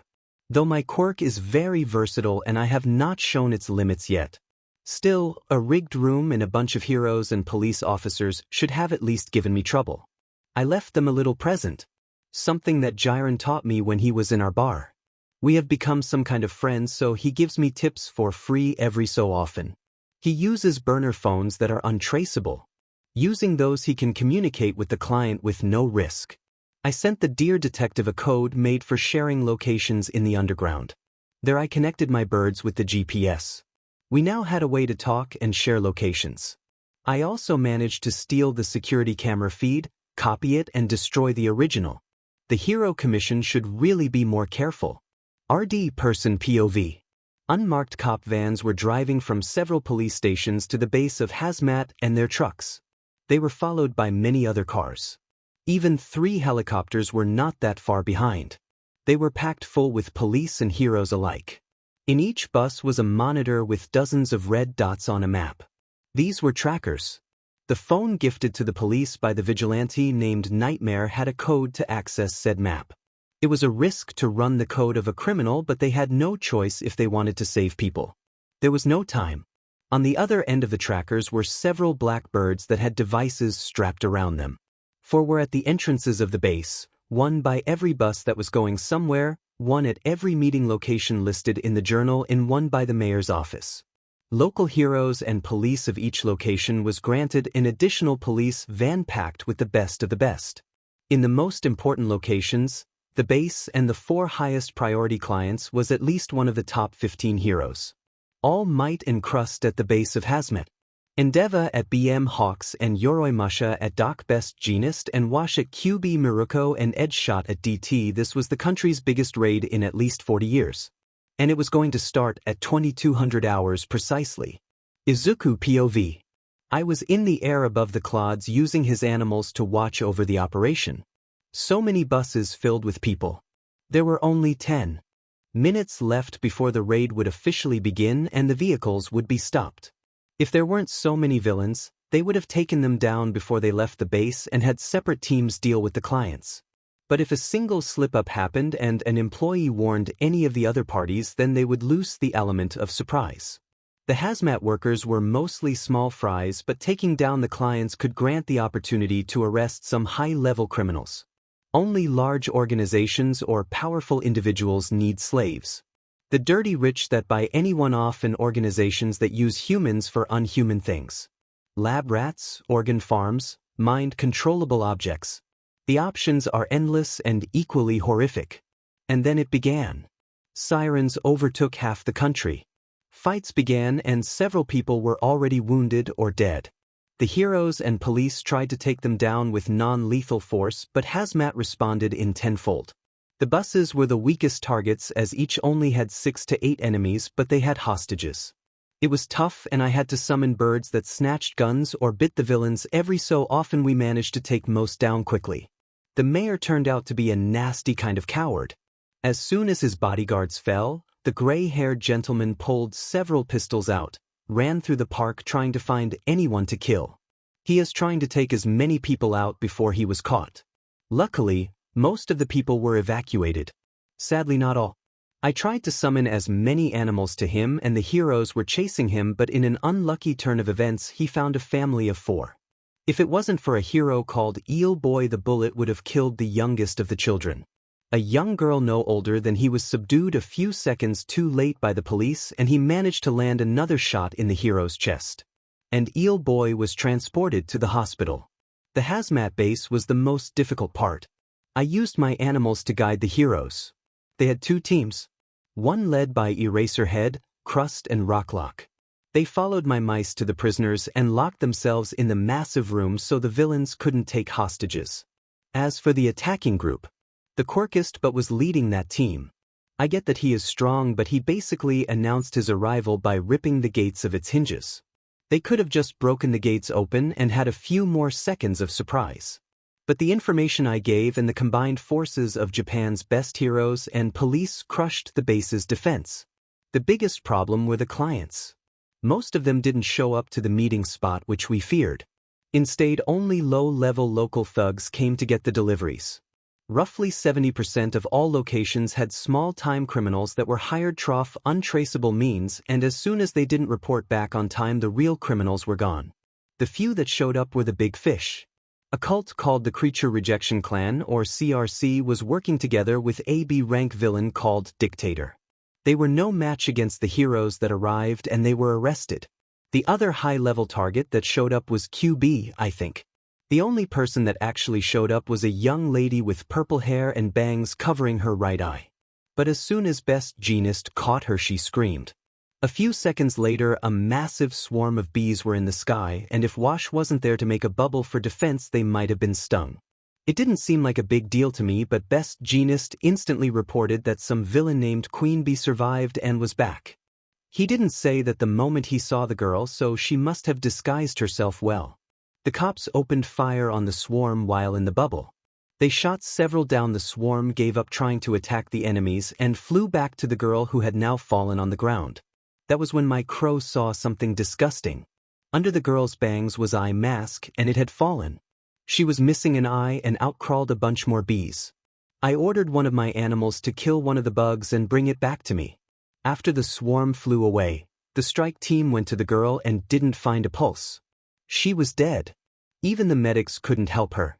And the swarm had spread out way too much for anyone to do something about it. With that, the raid seemed to be over. All of the tracked buses were stopped, the mayor captured, and several high-level clients arrested. My help was no longer necessary, so I pulled my animals back. A big victory. Almost flawless. So why did something feel off? I called all of my deployed shadows to go back and just double-check every position. I seemed to be just paranoid, but my gut was telling me that something was missing. So I retraced my steps.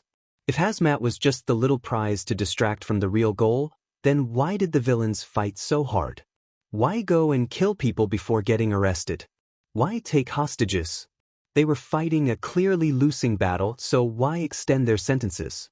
And why did so many of the top villains not present?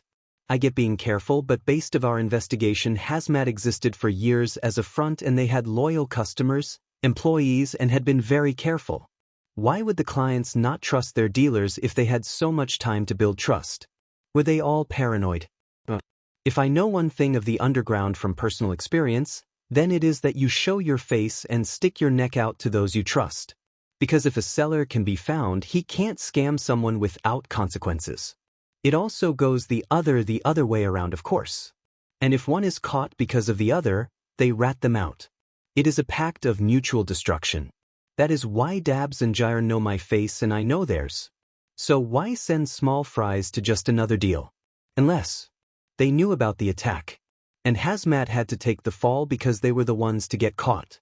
And they couldn't act differently than usual, or we might figure out that they knew. Then we might look deeper into their activities, manage to trace their steps, and find more out about their clients. And the hostages. It was meant for stalling. But if they knew, why not warn all clients? What if the only ones not warned were the ones they could afford to lose? They made it look like we busted some major criminals. They had 2 of the top 4 show up. But Queen Bee didn't seem too surprised to see the heroes arrive at her location. And all those bees. If she could control them, then why keep so many so close? Why not spread them out? They did appear really fast. So we saw 2 but captured 1. 𝐻𝐼𝐼𝐴 stalled and so did the mayor. The goal might have been to stop us from finding the real targets. We think we won because we caught the big fish but we missed the shark. But why stall if you knew that the attack was coming? Just tell the clients to not arrive beforehand. Unless they found out last minute and the clients were close already. The real targets might still be nearby. I only had a few animals in any other city beside Mustafu, so I couldn't scan the whole city, but with the few shadows I had I scanned as much as I could. While they did that, I sent a text to the phone I gave the detective. Nightmare, send backup to the places where the clients should have been. I think they were warned of our attack last second. So they might still be there. Tsukachi, what? How would they have known that? Nightmare, a leak. I don't currently know, but I am sure of it. If it isn't the case, then why not show up to the collection on such an important shipment personally? Tsukachi, you said it yourself. This was just an extra to get rid of it. It was found out.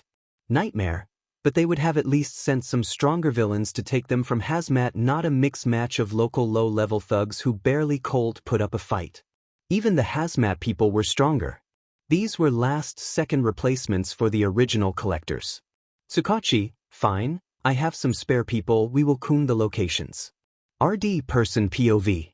After half an hour, the locations of QB and BM were duds and the heroes were about to give up on searching the location with the client doc because the radius of where 𝐀𝐮𝐭𝐡𝐨𝐵 was growing too big. Not the fastest hero in Japan found it.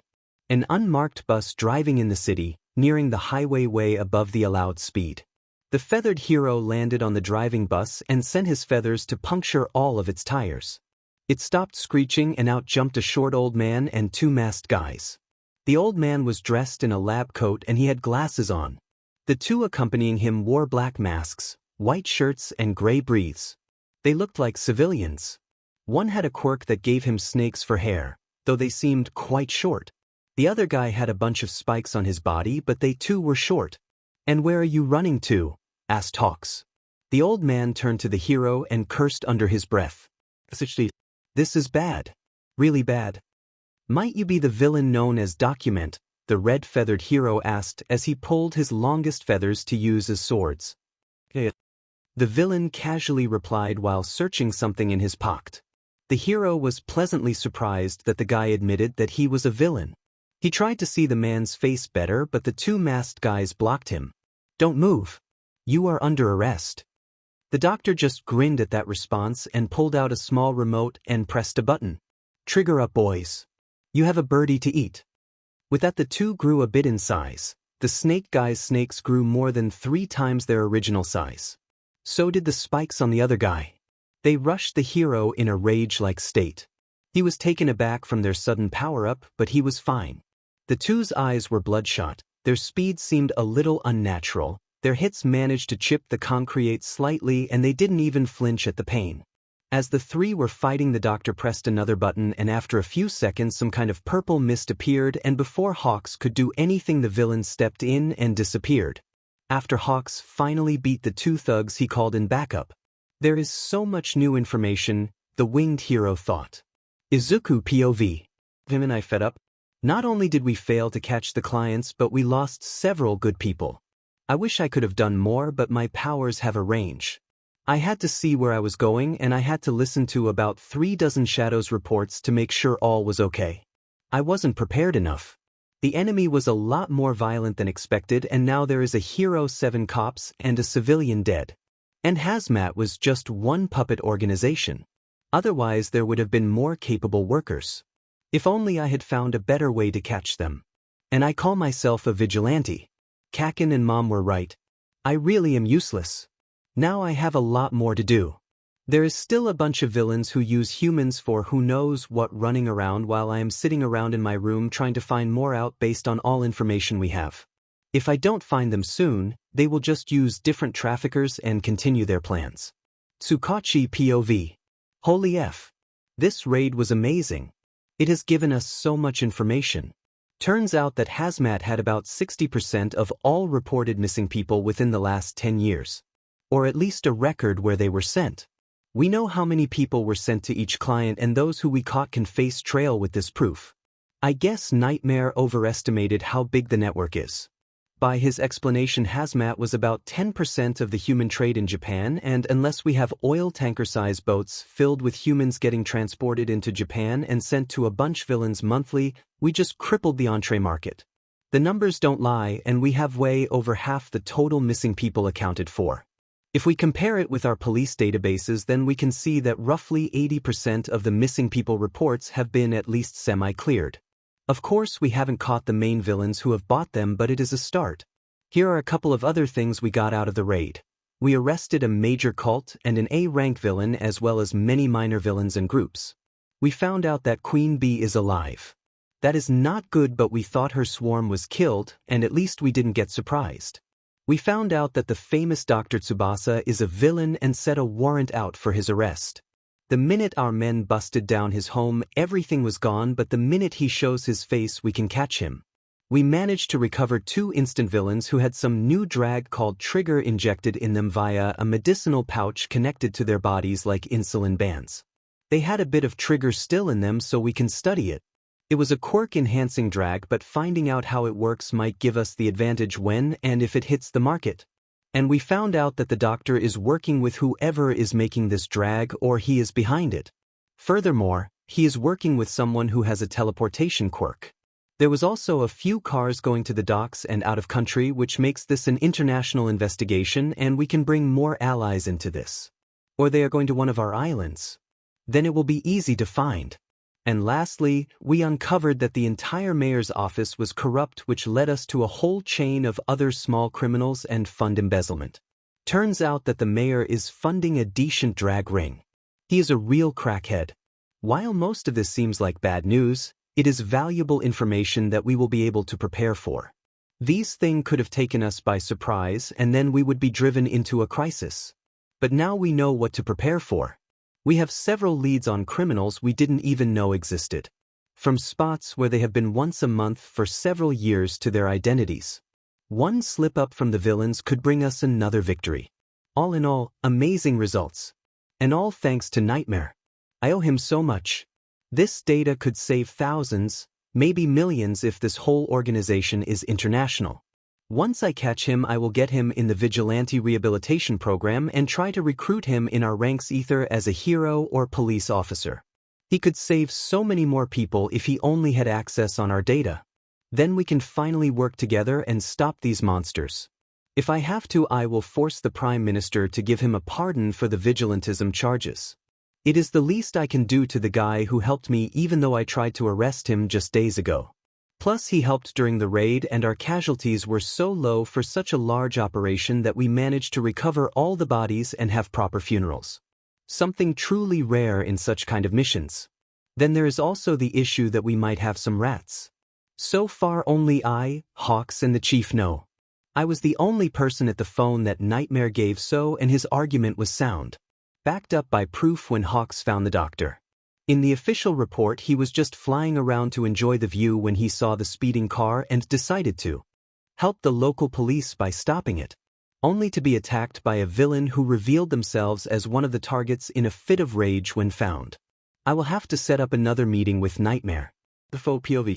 I will obliterate them both. That pesky vigilante and that detective that worked with him. My spies found out about the raid last minute as they were pulled into backup ranks, so Queen Bee didn't manage to receive the warning and had to flee in time and had to reveal herself. Dictator, one of my trusted killers, got caught with his little friends. And then there is the fact that the doctor got found out by pure bad luck. He had to reveal 2 of my trump cards only to get away. Now the heroes know about Trigger and 𝐀𝐮𝐭𝐡𝐨𝐫's existence, or at least the fact that we have a warp quirk on our side. My little pawn who helped me establish a base of operations right under the heroes' noses also got arrested. Lastly, my biggest import of test subjects was just raided. Hazmat was my only stable source of people. Now that I have lost them, I will have to send some of my pawns to do their jobs. That increases the chances of them getting caught. Such a headache. And the hero side barely lost anyone. It was almost like they knew every quirk my men at Hazmat had. The total of their loses was in the 20s. Such a wide raid should have costed them at least 1/6 of their forces. I was counting on that. All because that so-called Nightmare had a couple of animals running around and found the prisoners. Then he must have informed the detective and he formed a plan. That man is too smart and dangerous to be left alive. And the vigilante has a way to nosy quirk. While I would love to have it for myself, I know it would be safer to just take him down. I will have to make a few arrangements. Izuku POV. The detective asked for another meeting, this time face-to-face with no tricks. I have no idea how to feel about it. Last time we talked, he tried to arrest me. I was fine and managed to get a lot of blackmail info, but still. It was kinda close. Maybe he wants to tell me in person how much I fed up. I tried my best, but we still lost good people. Their BLD is on my hands. If I was better, if I had a better plan, if I knew more, they would be alive. I am useless, I am a Deku. I am a killer. He probably wants to quit so I don't end up causing more harm than good. I think that I need a week to fix my mistakes. Maybe he will cool down in the meanwhile. I can repay for the trouble by helping more. That is what I did with Mother. Anyways, now that I have the faces of the civilian forms of some heroes, I have to do a couple background checks. Reverse image search engines are great to find the heroes' real identities, but some schools don't post their graduation albums. In that case, I have to use the different social media apps. Having the civilian names is all you need when searching for old newspapers and sites. Those can be accessed in the library on the internet. That is how I found out that 𝐻𝐼𝐴𝐵 accidentally lost control over his quirk while working in the office after a client annoyed him. The end result was roughly $7,500 in damages. He had to take out a small loan. The real kicker. He was fired and was trying so hard to find a new job that he forgot to repay his loan, getting into debt. This is the reason why he is a hero. Sure, it might not be much in terms of blackmail info, but dropping this kind of knowledge about him in a fight will distract him. No one can keep their cool if someone tells them a piece of information that someone shouldn't know. Especially something so private. Currently I have about 8 heroes' personal life in my notes. And I know the names, faces, family and history of 12 officers. As far as information bombshells go, I have more than enough. On my way home from the cafe, I heard some old man yell and a younger girl reply. As I got closer, I heard words like corruption, manipulation, society and other words I have heard in 100 villain speeches. Hearing this, I jumped into an ally and put my stuff away as I summoned my vigilante suit. It came together with my powers, so it is with me everywhere as long as I am in the darkness. So useful. It was only early evening, so I wasn't at 100% power, but I have fought in worse conditions. After I hid my stuff and made 2 shadow dogs to defend it, I exited the ally and went toward the noise. To my surprise, I found 2 familiar people standing in front of a bank. These 2 were the internet celebrates, Gentle and La Brava. These 2 have been stealing from corrupt companies and have been trying to uncover their secrets. Before they could enter, I ran up to them and they noticed me. Ah, Dear viewers, it seems like we haven't even revealed these villains' crimes and someone is already here to stop us. Isn't it the famous nightmare? A vigilante that fights for justice. What do you want? 𝐻𝗫𝗃 spoke to the camera with such confidence. I had to get him alone and away from the bank. They had already pulled the silent alarm as soon as they saw him outside. I knew that the police was closing in thanks to my shadows. I couldn't let them film the next part, and I think 𝐻𝗫𝗃 couldn't afford to reveal his quirk, so I had to make it look like I wanted to fight. I made fists and put them in a boxing position. He quickly understood. I fear he is not friendly, my dear followers. We will be back once I gently get rid of this obstacle. 𝐴𝐵 cut the feed and 𝐻𝗫𝗃 raised his fists. He knew he had to fight me even if that was not my goal. It was the only way to get them both out of here. I ran at him and aligned a right kick only to meet a bouncy, barely visible wall of air. My kick was recoiled and 𝐻𝗫𝗃 had already made his next move. Jumping behind me, he was trying to encase me in more walls, but I jumped out of the trap before it was done and moved a bit closer to the darkness. Then I took a pot shot at him with one of my shadow chains from his own shadow. It wasn't meant to hurt him but keep his attention on me. It took him by surprise and he fell toward me, so I punched him in the shoulder. We continued this process until we were away from the bank and in the bad part of the city. Dodge, taunt, beat, rinse and repeat. It was 𝐴𝐵 who saw what I was doing. I was trying to tire him out. She was going to say something, so I had to send my birds to fly around her and block all sound. 𝐻𝗫𝗃 was trying his best to beat me, provoking me, but I was ignoring any and all attempts.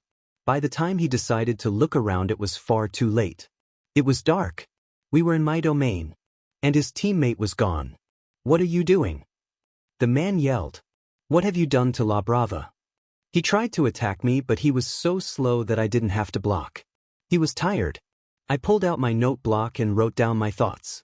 Sorry, 𝐻𝗫𝗃, for my brutal execution, but the goal was to get you away from the police without looking like I am helping you. As for your ally, she was about to step in and I didn't want you to use your full power if we can settle this more peacefully. And why should I trust your word? Because you are not dead or arrested. I replied with a smug that he didn't see. What is it that you want from us? In that moment I returned back to my fanboy mode. I am a massive fan and I was hoping you would sign my notebook. The older man literally froze for a solid minute after hearing that. I was starting to get terrified, so I let 𝐴𝐵 out in hopes that she would help him, but as soon as she was released from her little prison, she yelled how much she loved him. Just like that, the guy started to glow. I was ready for another fight, but instead I got to see an adult man cry. It was quite a scene. 𝐴𝐵 stared at me and I shrugged at his reaction before showing her the notes I showed him. Her face visibly glowed up as she too became tear-eyed. Now I had two of my idols crying. Did I do something bad? 𝐻𝗫𝗃 looked up to read my new message and reacted in the weirdest way possible. This grown but man, one of my idols, a complete stranger who I had been fighting for about an hour and somehow made cry, went up to me and gave me a hug. What the F? After a solid 3 minutes they finally collected themselves and explained their actions. Turns out, they had been struggling to show the world how evil many companies are, and they barely got any views. They tried hard to make the world better, but nothing was working. After a long and nice conversation through paper and mouth, I found out that these two amazing people just didn't cut it for hero work but still cared to change the world. These two were big on removing corruption, so I had one idea that could help. Why not work as informants for the police? Why would they hire us? The man answered with a sad undertone. Because 𝐴𝐵 has found enough data to arrest many corrupt company owners, and you have the experience to fight criminals and heroes equally. Someone as great as you two could be fantastic heroes. And you haven't done any major crimes. If you work hard enough, you could be pardoned. Then why don't you work for them? You are so much better suited for such work. He answered with confusion. I stopped. I knew the answer, but it stung. I was avoiding thinking about it, acting like it was just a dream. But it was all real. I already screwed up. A mission I planned backfired, and a hero, 7 officers and a civilian are dead. As soon as he read that, the man looked at me with sad eyes and apologized for the sensitive question. The mood was dead, just like me and the victims of my F-up. But the duo took my advice. As they were going, I gave them my number and my new name. See you soon, Kage. 𝐬𝐮𝐬𝐴 POV.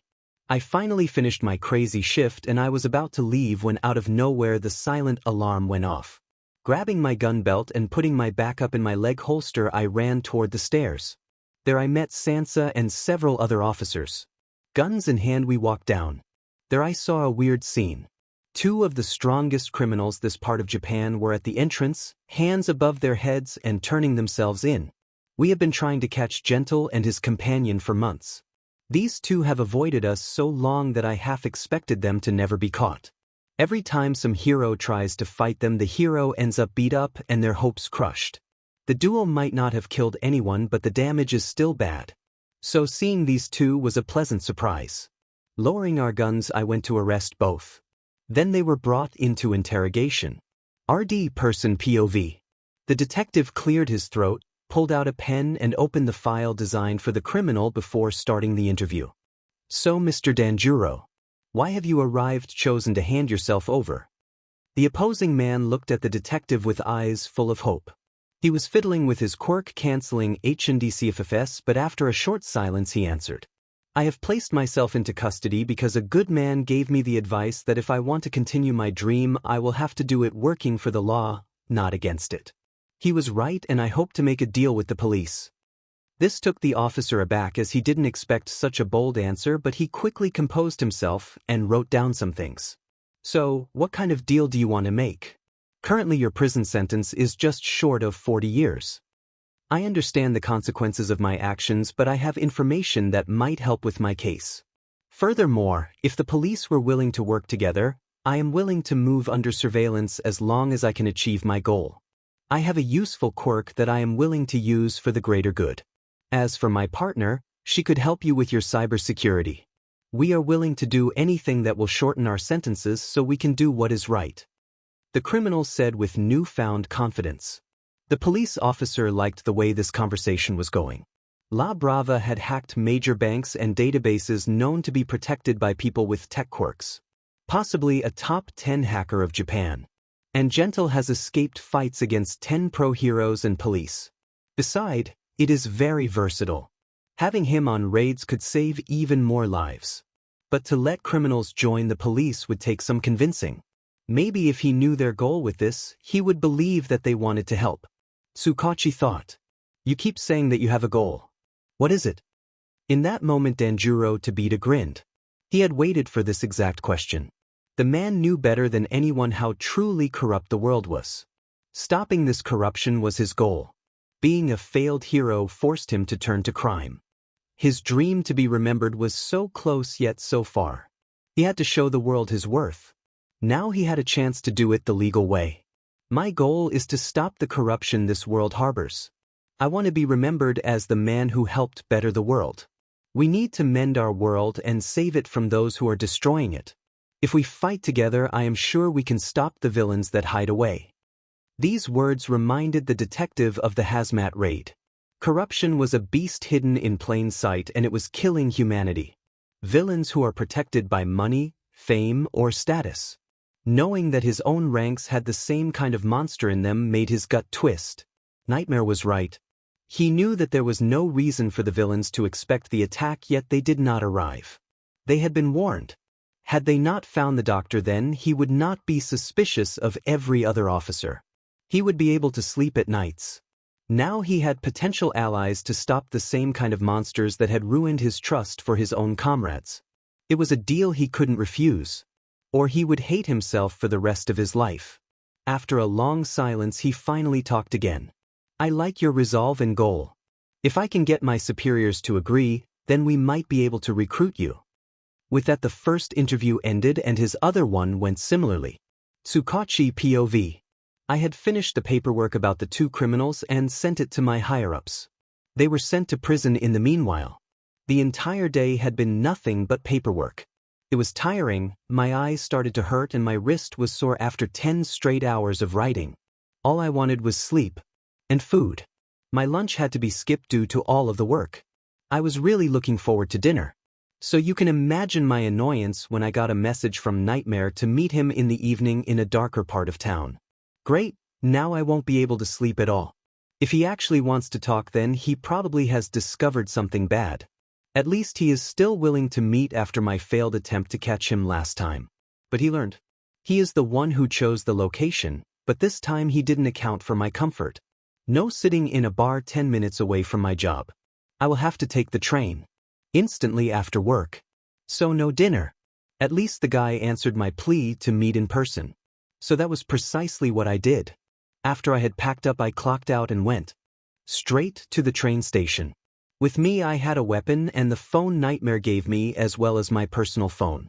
With nothing more, I exited the train and walked through the empty, dark streets. Well, not completely empty.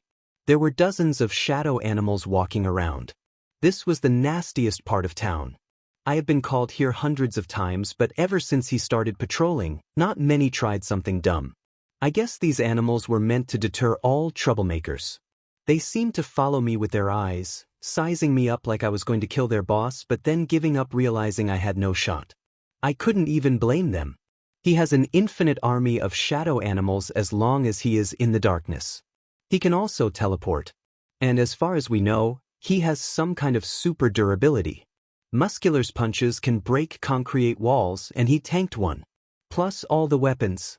Made from darkness, he has an endless supply of blades, chains, and who knows what. There probably is more that we don't know. If the Hero Commission decided to fight him, then we would need 𝐴ndeva's entire agency, eraser, and every light source in the country. By the time I had arrived to the chosen location, I had seen all kinds of uses for the shadows. One dog stood by the crossroad with a storage vest. When an old man arrived to the crossroad, he put his shopping bags in the pouches of the vest. And the dog crossed the road with the man while having the groceries on him. Similarly, a young man was jogging, and next to him was a cat that had a water bottle strapped to its back. And many more little things. I had to remember that this was one of the worst parts of town, and it was late evening, otherwise I would have moved into this resort in a heartbeat. Walking down the stairs, I heard quiet party music. Opening the door, I was greeted by a few mild lights and like 40 people. It smelled like chlorine, petrol, and alcohol. It was surrounded by mist, gas, and smoke of every color. Probably quirks. At the door, I was greeted by a large man who had a gas mask. He also had a box of several more gas masks. Not knowing what the effects of these gases, I decided to take one.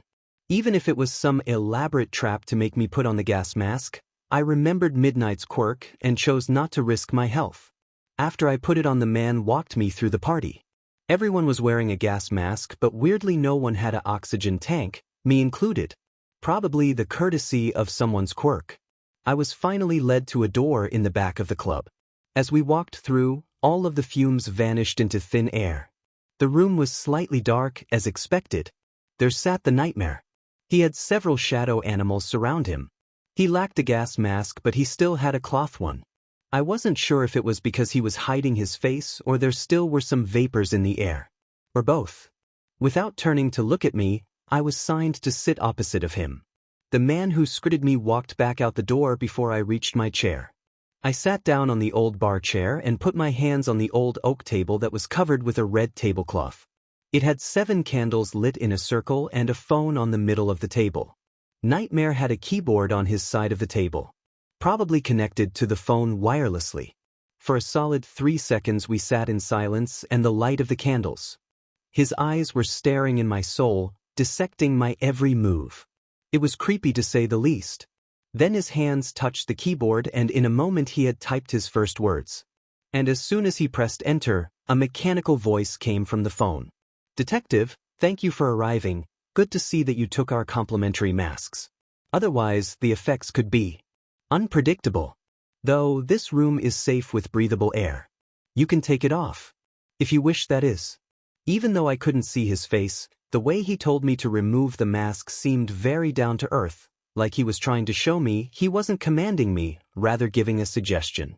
So I took it off and felt the felling of fresh air. My lungs really liked that. I felt pressure release that I didn't even know I had. For a second I contemplated if he was using some muscle-relieving gas to stop me from moving. But that seemed unlikely. Why invite me just to knock me out? If he wanted to kidnap me, there were easier ways. For example, he could. The same voice from before cut me out of my thoughts. I apologize for stopping your train of thought, but I just want to tell you that my invitation was so we can discuss our last meeting. He probably wants to cut ties or find a way where we never have to be in the same room again. I did try to arrest him. I bit my tongue and forced myself to answer with a calm voice. I apologize for the little fiasco, but it is part of the job to catch vigilantes. Hope you still plan to cooperate with us. Your help was very useful. As soon as I said that, Nightmare's eyes went big. He made no moves or noises, but the change of pupil size, breathing, and the short moment before he went back to typing suggested he was surprised. If I had to guess, he didn't like my ask to work together after I essentially betrayed him.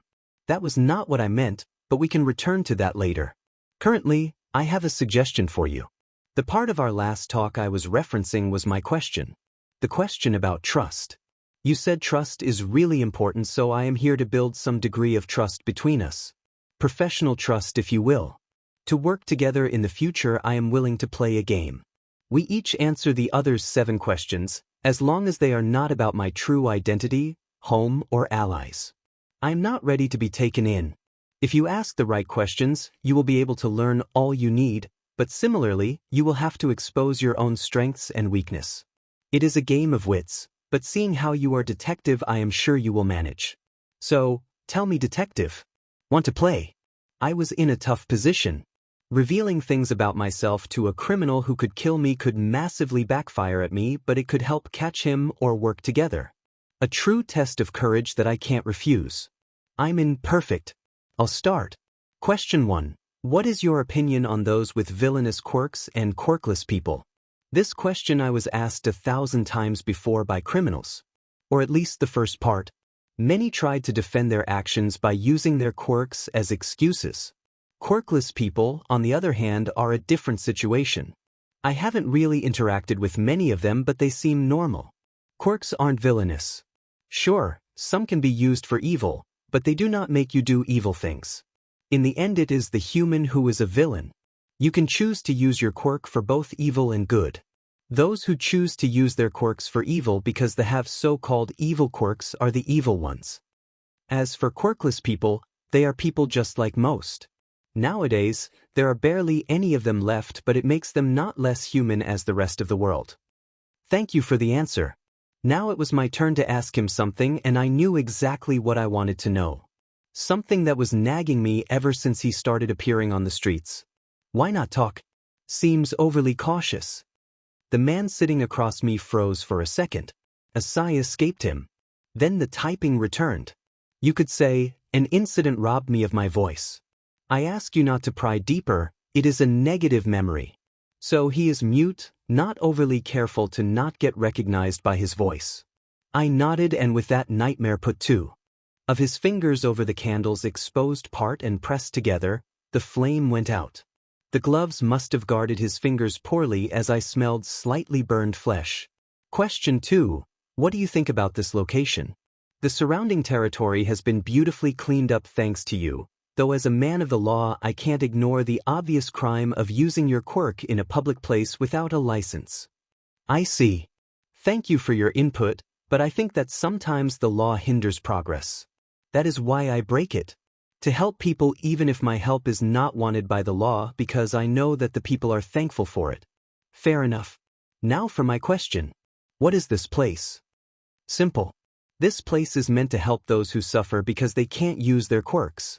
There are people who have quirk drawbacks if they do not use their powers. There are quirks that can endanger others if used even in private property, as it might not be customized for them. For example, if an electricity quirk user used their quirk at home, they might fry all electronics because the family couldn't afford to make a room out of RBB. So this bar is meant as a safe space for those who need to let loose. The owner is a nice young man I made a deal with. He has been making group parties for each kind of quirks. In the meantime, there is the option to reserve a room such as this one. And since this is private property, no laws are broken. He made this place a reality after his big brother died of his own stockpile quirk that he lost control over to help those who need it. Sometimes this place is a rage room, a room without metal, electronics, a garden, and so much more. Sadly, he was lacking funding and living in the worst part of town. He couldn't get many clients, but when I found out his goal, I funded his dream. Now the guests' entry fees make him a nice profit, and he even gives me a cut. In return, I get him the more difficult things to get. Like these gas masks. Quirk enhanced and sold only in one place. I only got them a few days ago. It is a great dream he has, and I am happy that he managed to fulfill it. If you want to speak with him, he is currently in the party.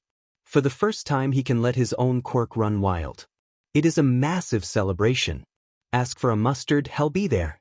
Wow, that is a lot of information. I will talk to him later. And just like that, the second candle lost its flame. Third question, what is your quirk, detective? So we moved from ethical questions to strengths and weaknesses.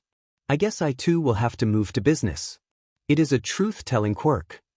I answered with the least amount of information I could, with the goal to waste another one of his questions. Of course he noticed what I was doing, so I got a reply really quickly. I see. I took the short answer as a sign to ask my question. How does your quirk work? I can bend the darkness to do as I please. It can take any shape, move around, and much more. Without another word uttered, the room got even darker as another flame vanished. How much do you know about me? He didn't ask more about my quirk. But this was the one thing I feared he might ask. As a man of my word, I was bound to answer his question. But telling him the truth could be bad. All of our progress could be lost here. Though there was not a lot anyways. I am about to give him a trump card. We know your rough strength estimate, intelligence, and we have roughly evaluated to be a S-rank threat if you turn to villainy. But we also know about your weakness to light, which we will use if you choose to bare your fangs against us. Such a truthful answer. Good to see that you keep your word, detective. Now for my question. How did you know of our trap when we last met? My shadows might not have been able to survive in the parking spots or the mall rooms, but the roads and many shelves, boxes, and many more objects have shadows. If you know where to find darkness, then you know it is everywhere. And I know where the darkness is. After all, even those who stand directly under the sun are chained down to the world by their shadows. With the last words, another source of light went out, covering us both in more darkness. Fifth question. Who is responsible for making sure no one knows the real identities of the heroes? The heroes themselves. Well, we did have to sign legal papers that we cannot reveal a hero's true identity given to us by the Hero Commission, but if there aren't any guards to actively shove NDAs in every person's face who saw the real identity of some hero. I see. The hell does that mean? Before properly ignoring that response to concentrate on our little game. How wide is your information network? We have seen how many shadows you have, so I am sure you know a lot. But how much? Every street in the city and surrounding towns are being watched. My shadows keep of private property because I respect basic human decency, so I won't know about a meth lab in someone's basement until they take the product out of the house. As for my friends, I know all I need and no more. It is a trade of information, so you don't waste favors or useful knowledge for unnecessary things. Money is nice, but the good stuff is connections only. Which I don't lack. And out went the fifth flame. It was getting uncomfortably dark. Second to last question, how many people know that you are here? No one. I replied, maybe a tad bit too quickly. Sorry, could you repeat that? Was his reply. This time I thought for a minute. I knew he heard me and probably just didn't believe me. But it was already too late. I arrived alone without telling anyone. His whole body language changed. Before he seemed a bit stiff, but his whole body relaxed. I thought you took my challenge to try better seriously. I half expected you to bring some officer out of country who could make people invisible and arrest me with an army of invisible heroes and cops. His overreaction told me that he was really scared before. Like, if he was awaiting an ambush, then why did he seem so calm before? Why did you expect such a thing to happen? Is that your sixth question? Only then I realized my mistake. Never mind. My sixth question is, why couldn't we find you in our databases? Your quirk seems unique, but it hasn't shown up in any database. I was a misdiagnosed and haven't been in the hospital ever since I was 4. That explains his missing quirk from the databases, but how is he still alive after not being in the hospital ever since being 4? And the sixth candle was out. Left with only one source of light, I could barely see Nightmare's masked face. Last question, what is the purpose of our meeting? If you are planning on taking me in for my crimes right now, then don't sugarcoat it. What? I mean, arresting this guy was important, but him being so open about it. I wasn't planning to arrest you today. You have done so much good so you could get into the vigilante rehab program we have. Then you could legally help us out and help by becoming a hero. You could probably have a pardon and full record wipe for all the victims your plan saved. He stopped once again, and I could only hope he was considering my proposal. Sadly, all I got was a confused look, then his eyebrows scrunched in a frown. I ask you to stop jesting, detective. We both know that killers don't belong among heroes. I will be the first one to admit it. I was terrified. Just found out the guy I was trying to recruit was a killer.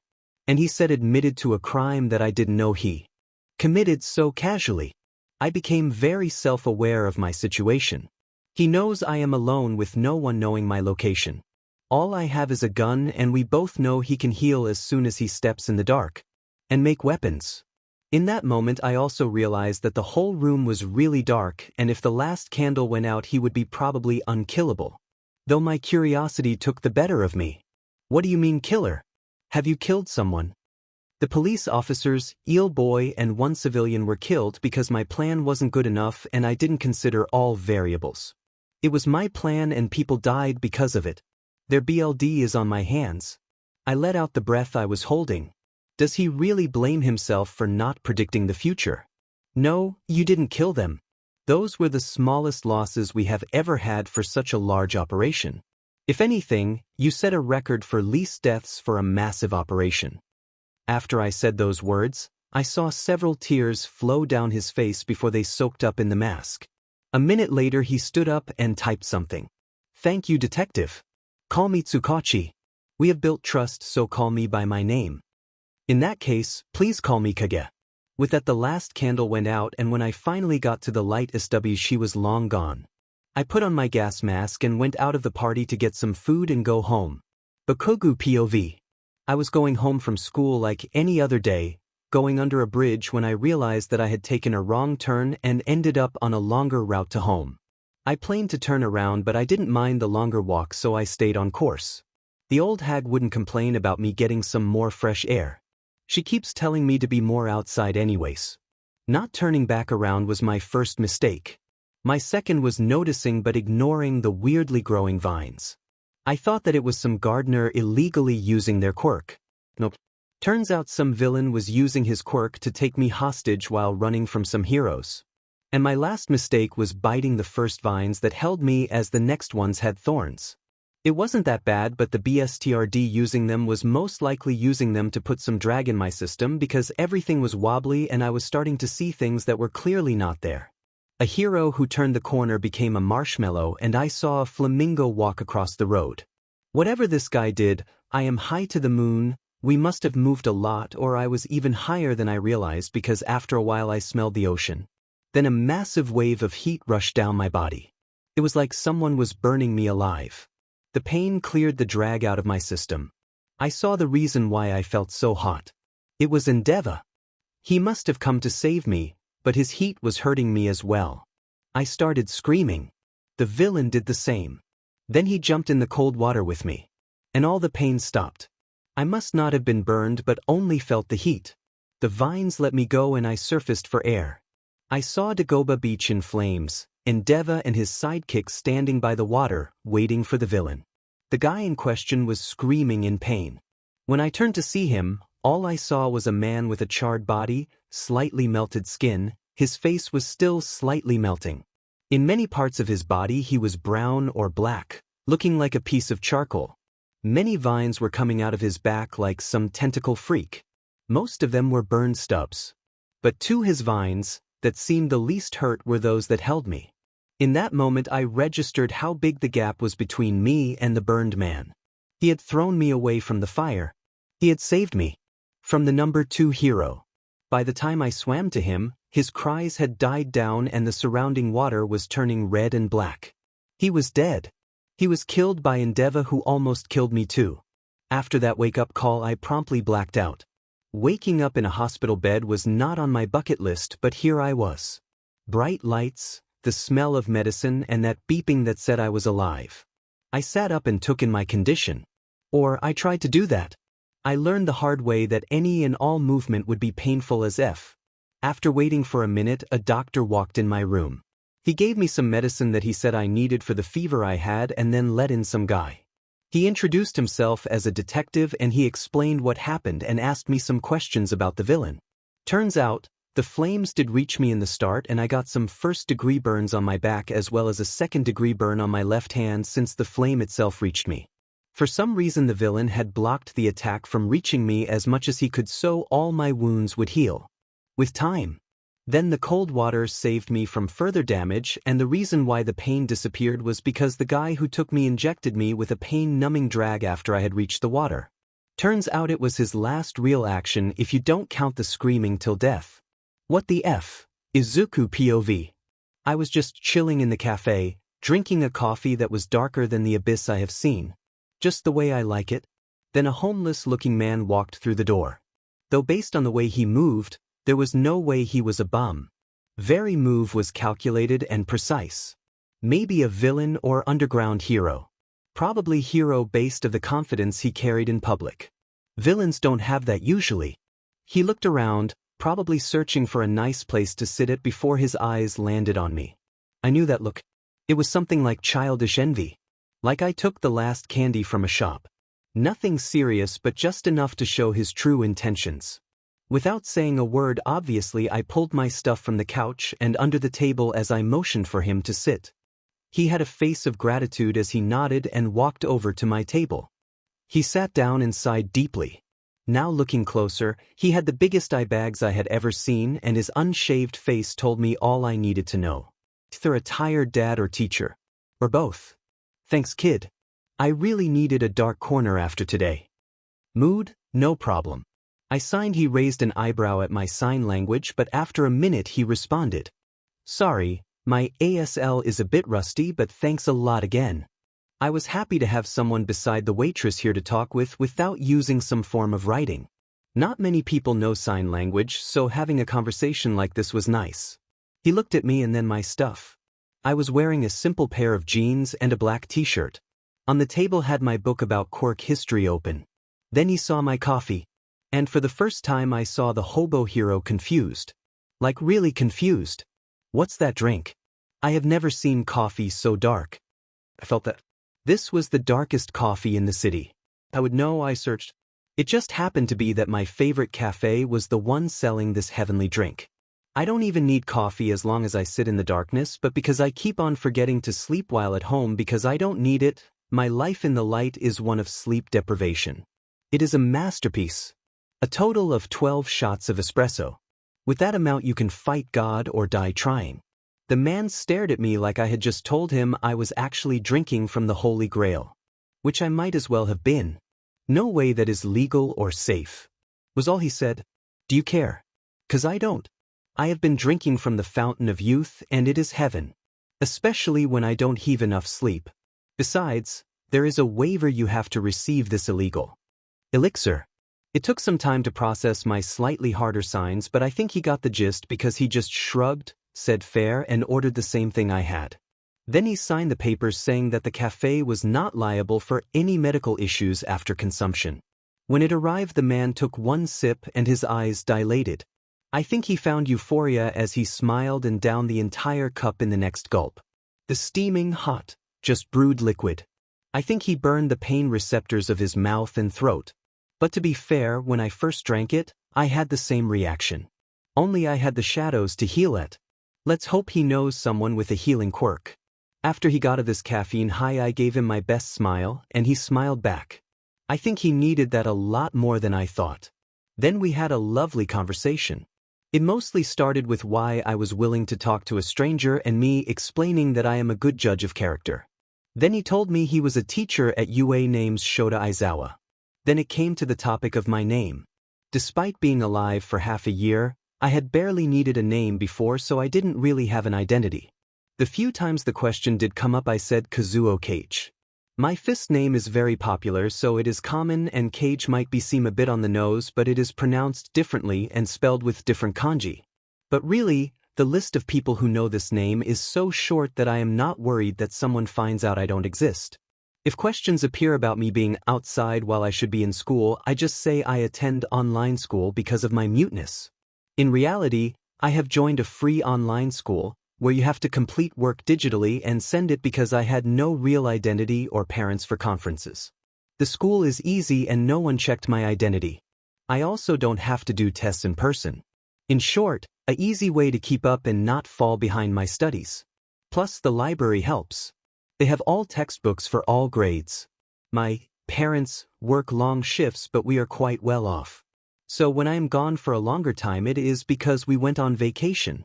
That also explains the more expensive things I have bought from the underground work. Mostly just a lot of electronics.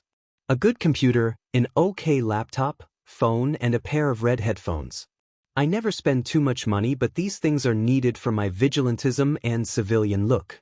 For clothes, I have 3 different hoodies, orange, red, and blue, as well as a few jackets. Several different breeds and 2 pairs of shoes. Plus my vigilante costume, but that is my quirk. My fake identity has a simple quirk. I call it vital knowledge. I can slightly increase my IQ by sacrificing my energy. If I don't have much energy, I can use my body's reserves. It explains why I am so thin and my eye bags I have. I look like I haven't slept for months, which is true, but I can blame it on my quirk, which is also true. To really sell it, I have planned to get myself a fake ID, but haven't gotten that far. Anyways, knowing that Mr. Aizawa was a teacher in a hero school meant that he was a hero like I thought. And from all the fights I watched of a hero named Eraserhead, I connected the dots. I wouldn't have connected at all if he wasn't wearing his hero costume, just without a few details like the glasses or scarf as his civilian clothing. Now that he gave his real identity to me, I could research his history. He then proceeded to rant about how his class were taking it all way too lightly and how most of them lacked the talent they needed to cut it. After a solid hour of talking, he took his 3rd super coffee to go and went home in a much better mood. Shota Aizawa POV. Today I found heaven and its angel. The cafe that sells coffee stronger than every other place I have tried had a young boy who looked about 12 years old. The boy was so nice and well-mannered. He was the one to introduce me to coffee that can make me hate my job less. And that smile. It could cure any wound. Sadly, the sweet angel is mute. Why must the world be so cruel?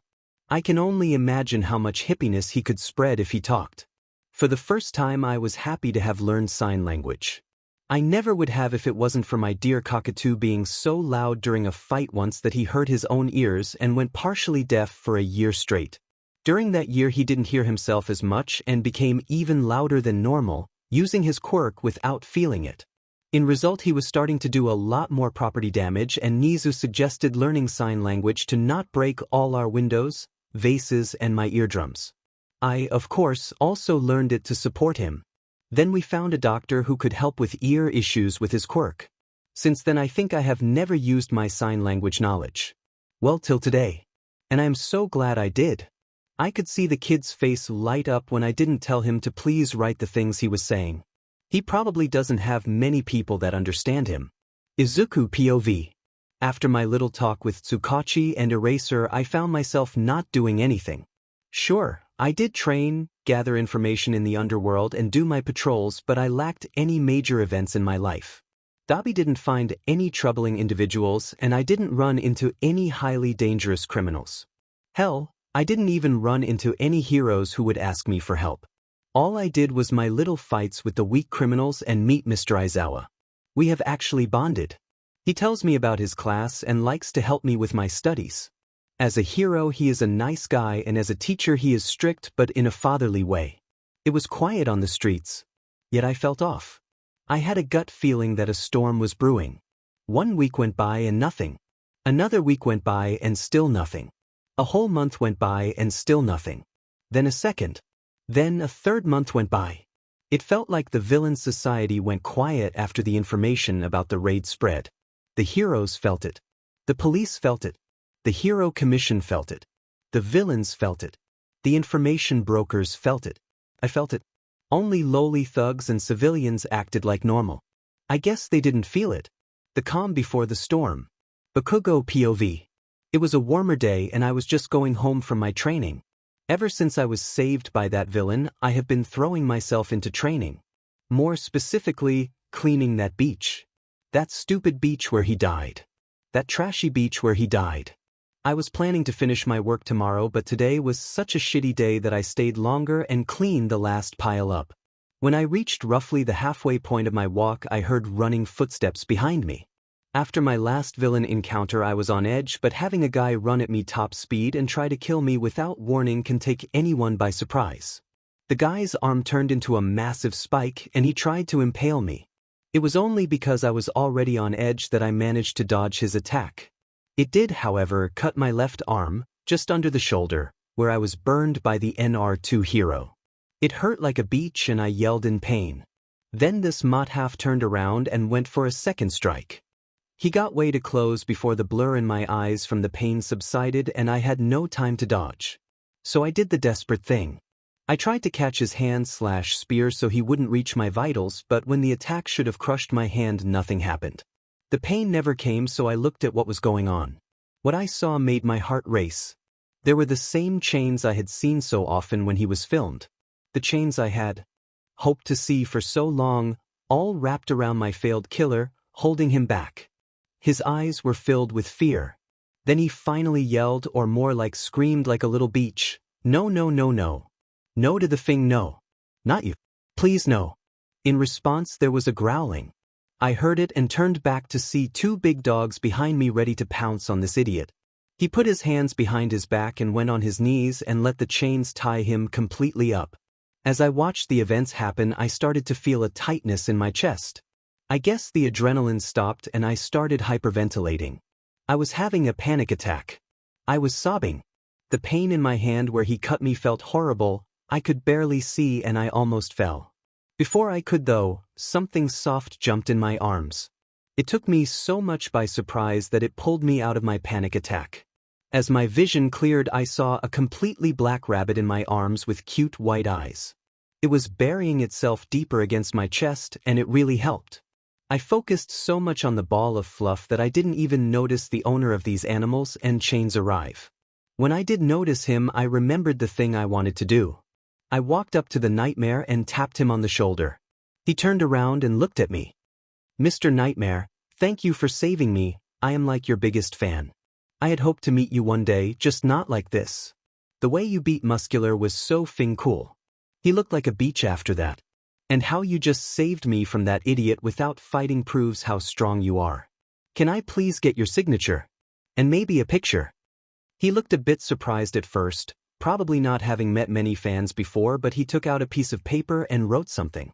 I thought he was writing his signature, but when he showed it to me, it had a question. That is a lot of BLD you are losing. Are you okay? I was confused at first, but then I realized it. From all of the excitement of meeting my idol, I forgot about that cut in my arm. My entire hoodie's left arm was drenched in BLD and several drops had reached the floor. Like some Looney Tunes character, the moment someone pointed out my wound, I started to feel its effects. Black dots started popping up and I was dropping unconscious.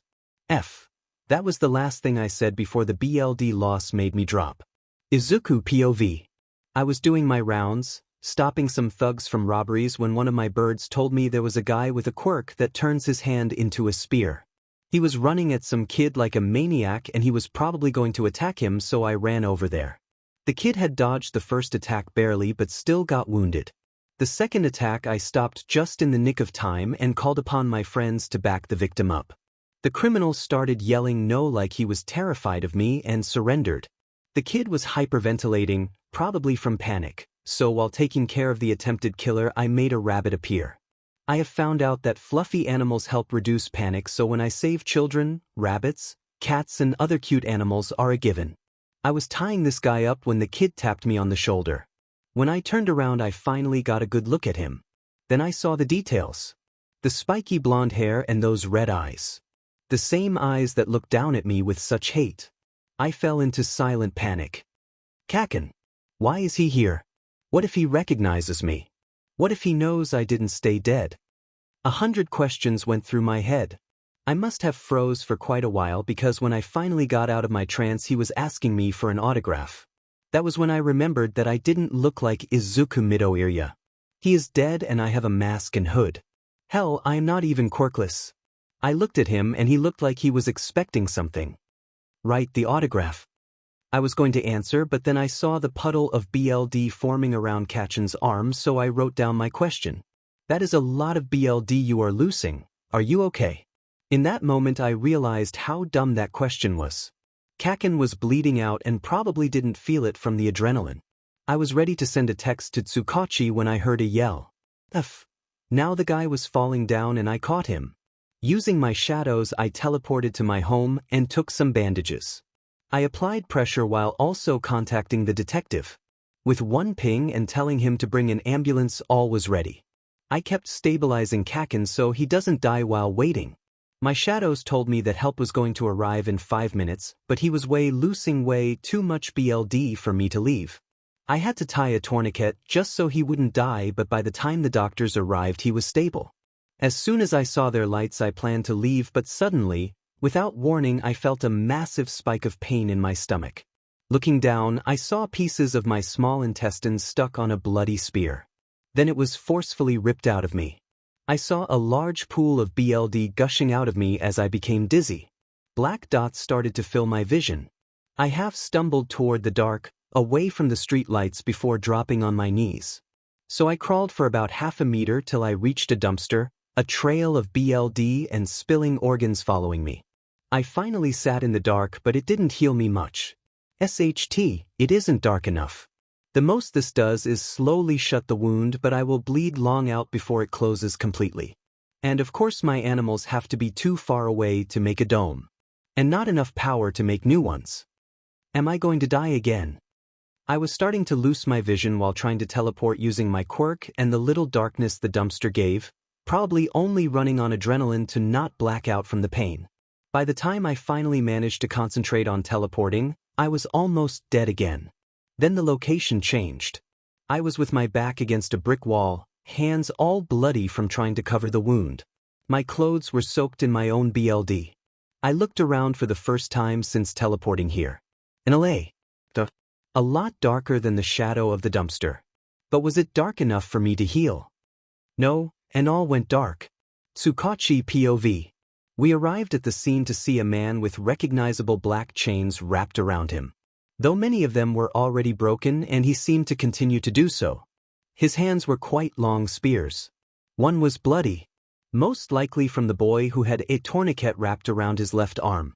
Despite the fact the criminal was about to escape his bindings and there was a wounded victim, Kage was nowhere to be seen. That is so unlike him. I thought my team made their way toward the criminal as his last chains broke. He rushed at us with bloodshot eyes and his quirk active, trying to impale anyone. We dodged, and where I was standing mere seconds ago was a small crater in the concrete. He seemed to have quite the strong quirk. I pulled out my taser and hit him in the leg. Pressing the button, I delivered 1500 volts to give him muscle contractions and stop him, but took the hit and just cut the wires off with his spear hands. Then he started to rush at me again, about to make another attack, but 𝐶𝐮𝐬𝐴 saw this and shot the man in the leg. That might have saved my life. I quickly used the moment he fell on the floor and put quirk-canceling cuffs on his hands. The spears retracted. The pain must have finished the job because he was out cold. The paramedics were able to finally reach the kid and they also checked out the criminal. I took a break after the crazy guy was treated and put in the back of my car. As I took a breather, my eyes wandered around the crime scene. They landed on one spot further away from the rest. Walking closer, I saw it was another puddle of BLD with meaty pieces. Looking closer, it was parts of an organ. It looked like a part of the small intestine had been cut off and dropped on the floor. With it bone chips, parts of skin and muscle. The BLD made a trail to behind a garbage dumpster not far away. There was a second pile. I have a bad feeling about this. Katsuki Bakugo POV. Waking up to hospital lights again was not nicer than the first time. The same hand hurt like a beach, the smell and bright lights still 𝐶𝐮𝐴. The beeping was the same, like it never stopped. Waiting for a doctor to come in, I tried to remember all that happened. My training, the walk, the psychopath with the spear hands and then the cut. The pain, and then I remembered the chains, the animals, the bunny in him. I remembered my meeting with my idol and asking him for an autograph and signature before he asked me if I was okay. But the wound. The freak cut me deeply and I lost a lot of blood, lastly the fall. But I couldn't remember the landing and it seemed like I missed how I got here and if he even gave me a signature. Probably no picture either. After all my thoughts and a lot more time, the doctor finally walked in. He told me I was in bad shape before the medical personnel reached me. I had bled almost to death and I should count myself lucky for surviving the attack. Once again, the same detective came to interview me and explain some things. Long story short, the nightmare saved my butt from bleeding out and then got the hell out of there so he wouldn't get caught. But apparently the villain managed to escape his chains and hurt the vigilante. So he had to teleport away to heal and left me in the hands of the police. I felt bad for taking his attention away to the point he didn't notice the guy getting out and managing to stab him, but the guy has super regeneration in the dark and it was late. He is probably fine. Izuku POV. I have been falling. No idea for how long, seeing how time is weird here. All I know is that no voices or animals are around, just like at the start of my new life. I went through the whole hot and cold feeling mix already. When I just sleep I end up with my shadows and less falling, more floating, but this. It is like I died again. Great, I double died. I have no idea if I will stay dead or not, but only time will tell. Maybe if I fall long enough my friends will return. I don't like this type of falling. It has been way too long since I have had company. At least I think so. Time is still weird here. At least I had time to process what the F happened. The villain. The last second entrance. The meeting with Kacchans. The spear in my gut. My organs spilling out and me trying to survive only to obviously fail.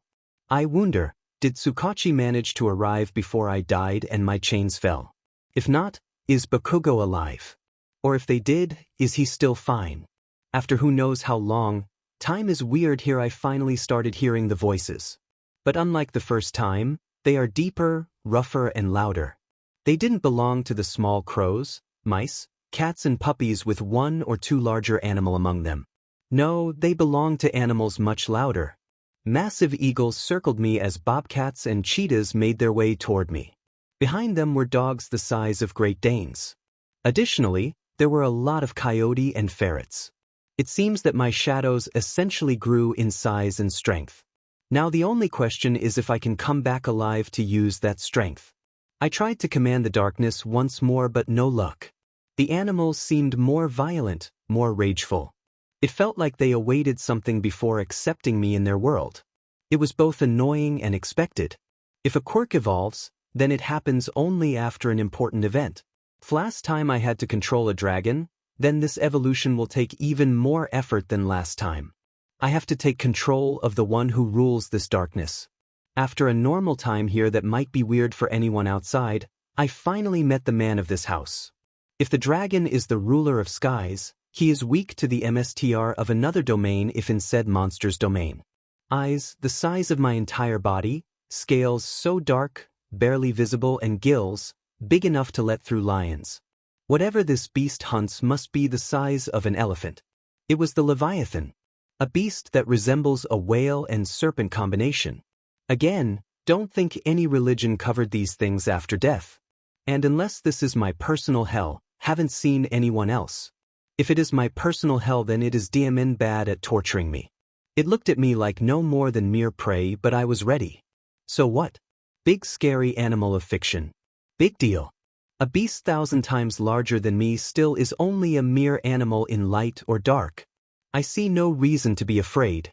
I have not suffered any pain, and the most this thing has done is give me nightmares if I ever get out of here. But fear can only keep a man at bay. There is a reason why we know what is poisonous or venomous. We know what is dangerous and what is safe because someone tested it. I don't fear death since I am, well, dead. All I have to do is command the beast. Catch me. Of course it didn't listen. That would have been too easy. It stood there for a second, then in return for being commanded, the beast bit me in half. Or it tried at least. The initial impact hurt and I screamed for sure, but I think not having a physical body let me survive this BS. It was phantom pain. I felt the teeth sink in my old wounds, opening each and every one up again. Like I was reliving them all. From Mom, Bakugo, Muscular and Vene, the guy who killed me. But when the beast opened its mouth, all was good. Either that or I was actually hallucinating. Anyways, I commanded again. But this time I didn't talk to the Leviathan. I addressed the other shadows. Catch me. This time my old shadows came out of nowhere together with the dragon. The Leviathan saw them and tried to eat them all, but they attacked him in return. He won obviously. Then he crunched down on me again, my wounds opening once more. Nonetheless, I called once more and new shadows followed, even a few of the new ones. And so we went on and on in this endless circle of pain. Each time the horde grew in size and started to weaken the MSTR of this domain. His wounds grew in number as mine just started to dull. And eventually, the Leviathans started to struggle. If I gave any command, he would freeze for a solid minute, and even if a dragon is 1/10 the size of this monster, it can do so much damage in a minute. When the Leviathan finally heeded my command, I woke up. Tsukachi POV. As soon as I got out of the hospital to interview the kid, I got a call from the forensics team about the attack. The man who we arrested was using the new drag that the doctor called Trigger, and then there was information about the BLD from most likely Kage. I had hoped that this was the first solid evidence we had on this guy, but to no avail. It was a completely new sample, not connected to any living person. Most likely his quirk altering it. Mutations are not so uncommon, but they make my job so much harder. Knowing how he could heal if in the dark should have eased my mind, but as I was driving home from the office, I felt like something was missing. Like something so normal wasn't there. Like a hole in my everyday. It was unnerving. But I checked. My phone, gun, wallet were there. All files safe, my home had everything. My car looked all fine. I was paranoid, so I went to bed and passed out from all the all-nighters I had pulled the few days prior. I woke up like any other morning. Brushed my teeth, ate a light breakfast, drank my third coffee of the day and headed out. I drove to my job and did the paperwork that was due. But the feeling didn't leave me. So I talked to the others. Turns out everyone feels the same. Now I was slightly panicking. What if the entire police force was affected by some mental quirk that makes us paranoid? We could be unstable and use excessive force as a response to the slightest movement. That would make us too dangerous for the streets. So, just to check, I asked the officers outside of our department who were still in the city. They too had some weird gut feeling. So quirk effect is unlikely. Hell, I asked Shoda and even he agrees, there is something weird going on. Must be the storm brewing. Dabi POV. The storm came. And when it arrived, it hit like a truck. I had talked to Kage about how something was stirring and we both agreed that it could only be bad. So the moment shadows in the bar went silent, I knew something was up. Running out, I saw that the birds had vanished. The dogs, what helped the old people, had only left their gear, but they were gone. Now running, I looked around trying to find a single living shadow, but nothing. I arrived at the one place that was always full of darkness animals. The only place I knew was filled with his friends. So seeing it empty terrified me. The city felt empty without the nightmare's iconic allies. It meant one of two things. Either Kage was captured and his quirk deactivated, or the boy I saw as a brother of sorts was dead. Eraser POV. It has been about a week and a half since I saw Kazuo Cage and I can't help but be worried. Of course the staff told me that he does that. Disappear without warning. Courtesy of his parents. Apparently they spoil him with random surprise vacations and he doesn't know about them beforehand. Of course, as luck would have it, that is also the amount of time I have had a bad gut feeling. It also is how long the police haven't gotten a message from Nightmare. After the third day, the newbie Gentle noticed that the shadow animals are gone. Like all of them. So either he deactivated his quirk or he is dead. After the fifth day, the criminals also noticed his disappearance. In just the first 24 hours of what we called the crime rush, my arrest number doubled. And it wasn't even all during the night. Like villains became more bold even during day. Naomesa tried to call our friend, but we went radio silent. Not a single message. And it made me a bit worried. It has been almost a month since Kage disappeared. 𝐀𝐮𝐭𝐡𝐨𝐫 told me about his other name, so has 𝐒𝐮𝐭𝐡𝐨𝐫. I'm not dumb, I connected the dots. A mute vigilante and a mute boy who look the same height disappeared at the same time. Kage and Kage, the names are similar sounding. He most likely is Kage. I asked 𝐀𝐮𝐭𝐡𝐨𝐫 to search him up, and of course the kid doesn't exist. But at least we have a description. A kid roughly 12 years old with black hair, eyes, pale skin, skinny and mute. That was the vigilante that made plans to stop 𝗧𝗜𝗧𝗟𝗘, who stopped more villains than some pro-heroes including Muscular. The fact that he was only a kid was surprising for sure, but it made no difference to his strength except the fact he still had place to improve. I started reading the news daily to find any news about a kid gone missing or found dead that matched his description. It made me go insane. Knowing that a kid fought against some killers and villains gave me an idea. What if those who he stopped wanted to take revenge? I mean, we found out that Queen Bee was still alive, but we haven't found her since. And the raid was almost 5 months ago. Nether the doctor. If he got kidnapped and or killed, then I don't know how I will sleep at night. And I am already in despair. Beside that terrifying thought, I also met a new troublemaker the other day. He has so many purple scars, it is sickening. Like someone burned him alive. The new guy ran around town with his quirk on to get attention. When I finally arrived at scene, he handed me a notebook before running. The guy was quick and he knew of quite a lot of shortcuts, so I had a hard time catching up, and when we ran past an active crime scene I had to stop the chase to stop the robbery.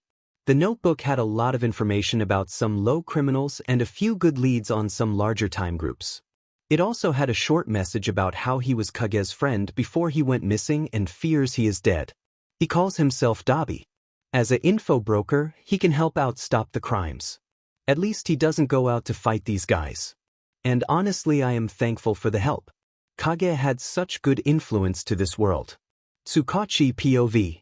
As the 3rd month of the storm passed, things went from bad to worse. Criminals teaming up, making new teams. More organizations acting bolder. And the new drag broke out. Trigger, as they call it, officially hit the markets. It made arresting criminals a whole lot harder. Then there were the disappearing people.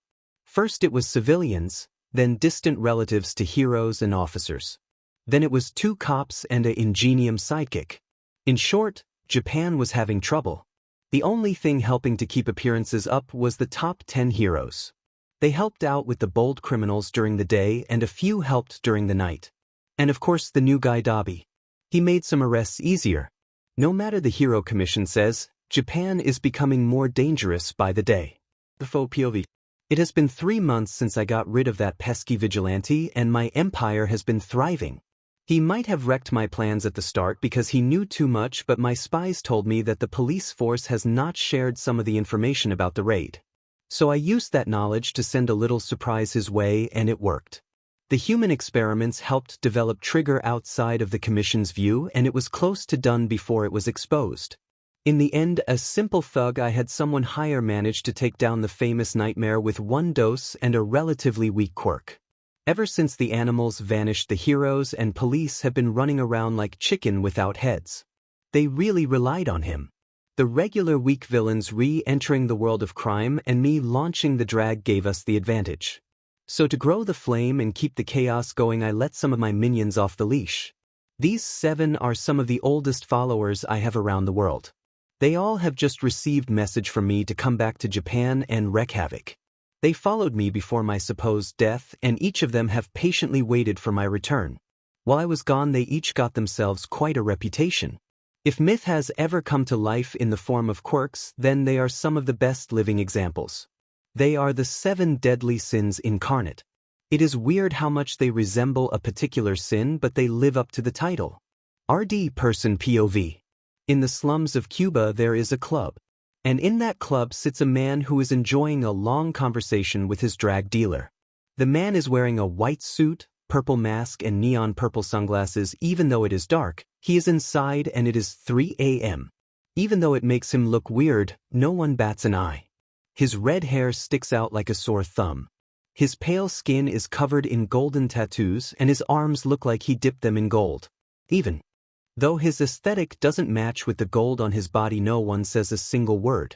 The last guy who said something got to see his golden eyes and afterwards was smelted down and made into the man's jewelry. That is the power of his quirk, golden gaze. No living being has been looked at by him without turning into a golden statue.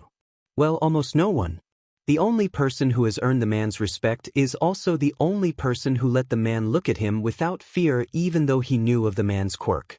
That person was also the one to teach him to use this power as a sort of mentor figure. Because his mentor had a quirk that stopped the transformation into a gold statue, they managed to find out the conditions for golden gaze.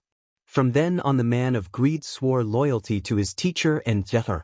He was making a deal with his dealer for another large shipment of drags before he received a message on his phone. But not just any phone, his personal phone. So he looked at it. The message came from a number that he instantly recognized.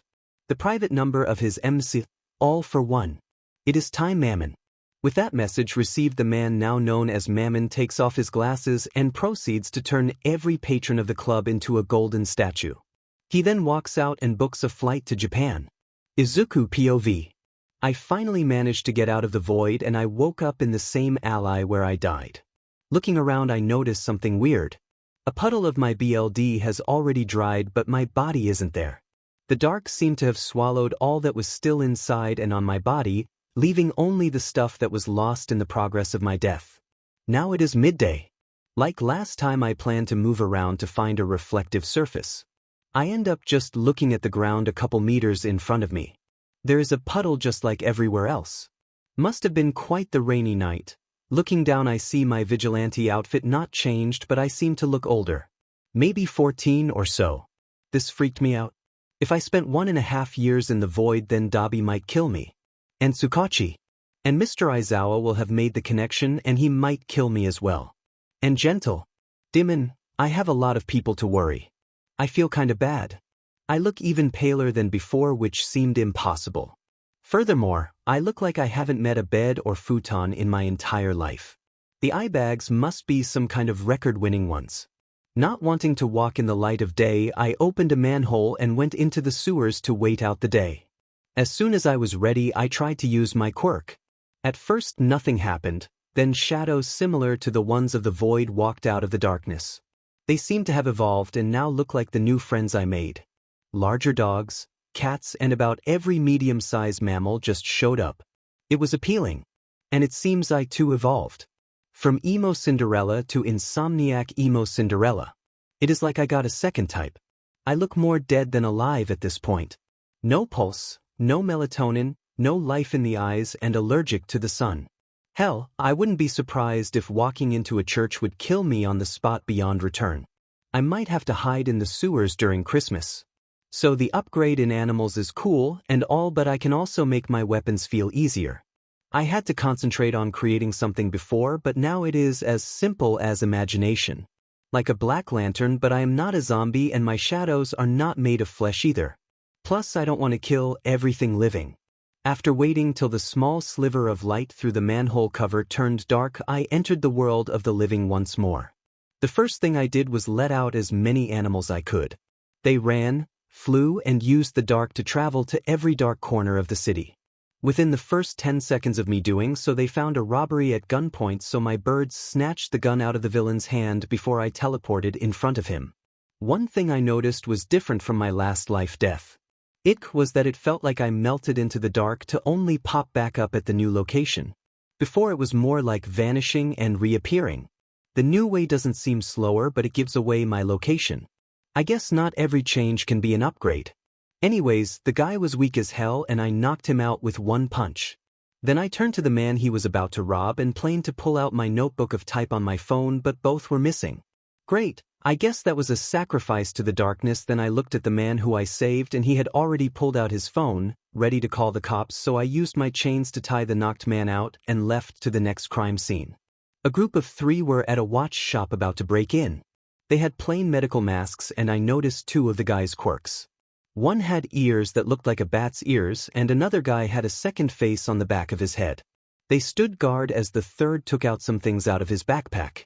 To dislocate the guards, I sent my eagles to take pot shots at them with their claws. The moment the guy with the bat ear heard them, he called out to his buddies something and the third guy turned around and started muttering. Then several darts shot out the tips of his fingers straight at my shadows, killing them all.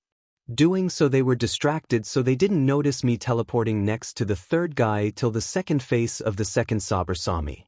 As planned, the man screamed, but by then I had already used my quirk to bind the guy and shut his mouth as an extra precaution. The other two barely put up a fight as they seemed more terrified than anything. Probably because I had vanished for God knows how long. I was going to check the date, but another one of my animals told me about some drag dealer only a few hundred meters away. I tied up these guys and threw a nut at the smallest window of the shop to activate the alarm and dipped. The drag dealer had a simple quirk I now had to beat. His hair changed length and was quite durable. He blocked my attacks by blocking them with his head. Then the guy pulled out a needle and proceeded to inject himself before I could stop him. His eyes became bloodshot and his moves became faster. Then his hair grew a lot. All of his body hair. It looked like the injection powered his attack, and it took me by surprise, but the guy was still easy to beat. I just tied him up with more layers of chains. And so my night continued with way too many additional confrontations. By the time I finally got back to the empty school I call home, it was close to morning. Walking inside felt off. Like someone was watching me. My eyesight helped to see in the dark perfectly, yet there was no one. Out of nowhere I heard something crash, and the moment I turned around there were blue flames surrounding me. I felt my powers drain as the fire was way too bright. Then Dabs ran through the wall of fire at me and bloody socked me in the face. I fell to the ground still in shock when jumped on my chest, pinning my hands with his knees and just started to beat the SHT out of me. He literally delivered punch after punch after punch straight at my face until I heard a crack. My nose was broken. But he kept punching me, eventually lodging several of my teeth out and busting my lip. I even felt several small trickles from above my eyes going down. I started seeing black dots in my vision. I tried to talk, but the BLD in my mouth made it impossible. As well as the fact I couldn't talk. Though I did start to see how tears went down his face before he finally talked. "Where were you, 𝗧𝗬𝗧𝗟𝗘? I thought that my brother had died, yet turns out you just took a 3-month-long vacation or something.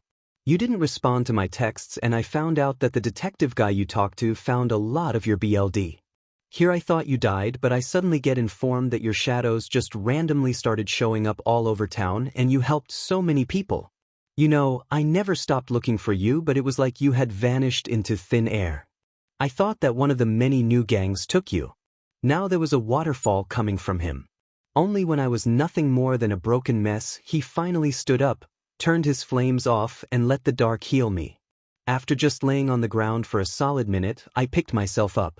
I felt my nose heal, my wounds close and my teeth regrow. After all of my head trauma was fixed, I walked to my room to get something to write with. Dobby followed me with tears still in his eyes, and he was muttering about how I left him. Now here I sat with my computer turning on, thinking on how I will explain everything.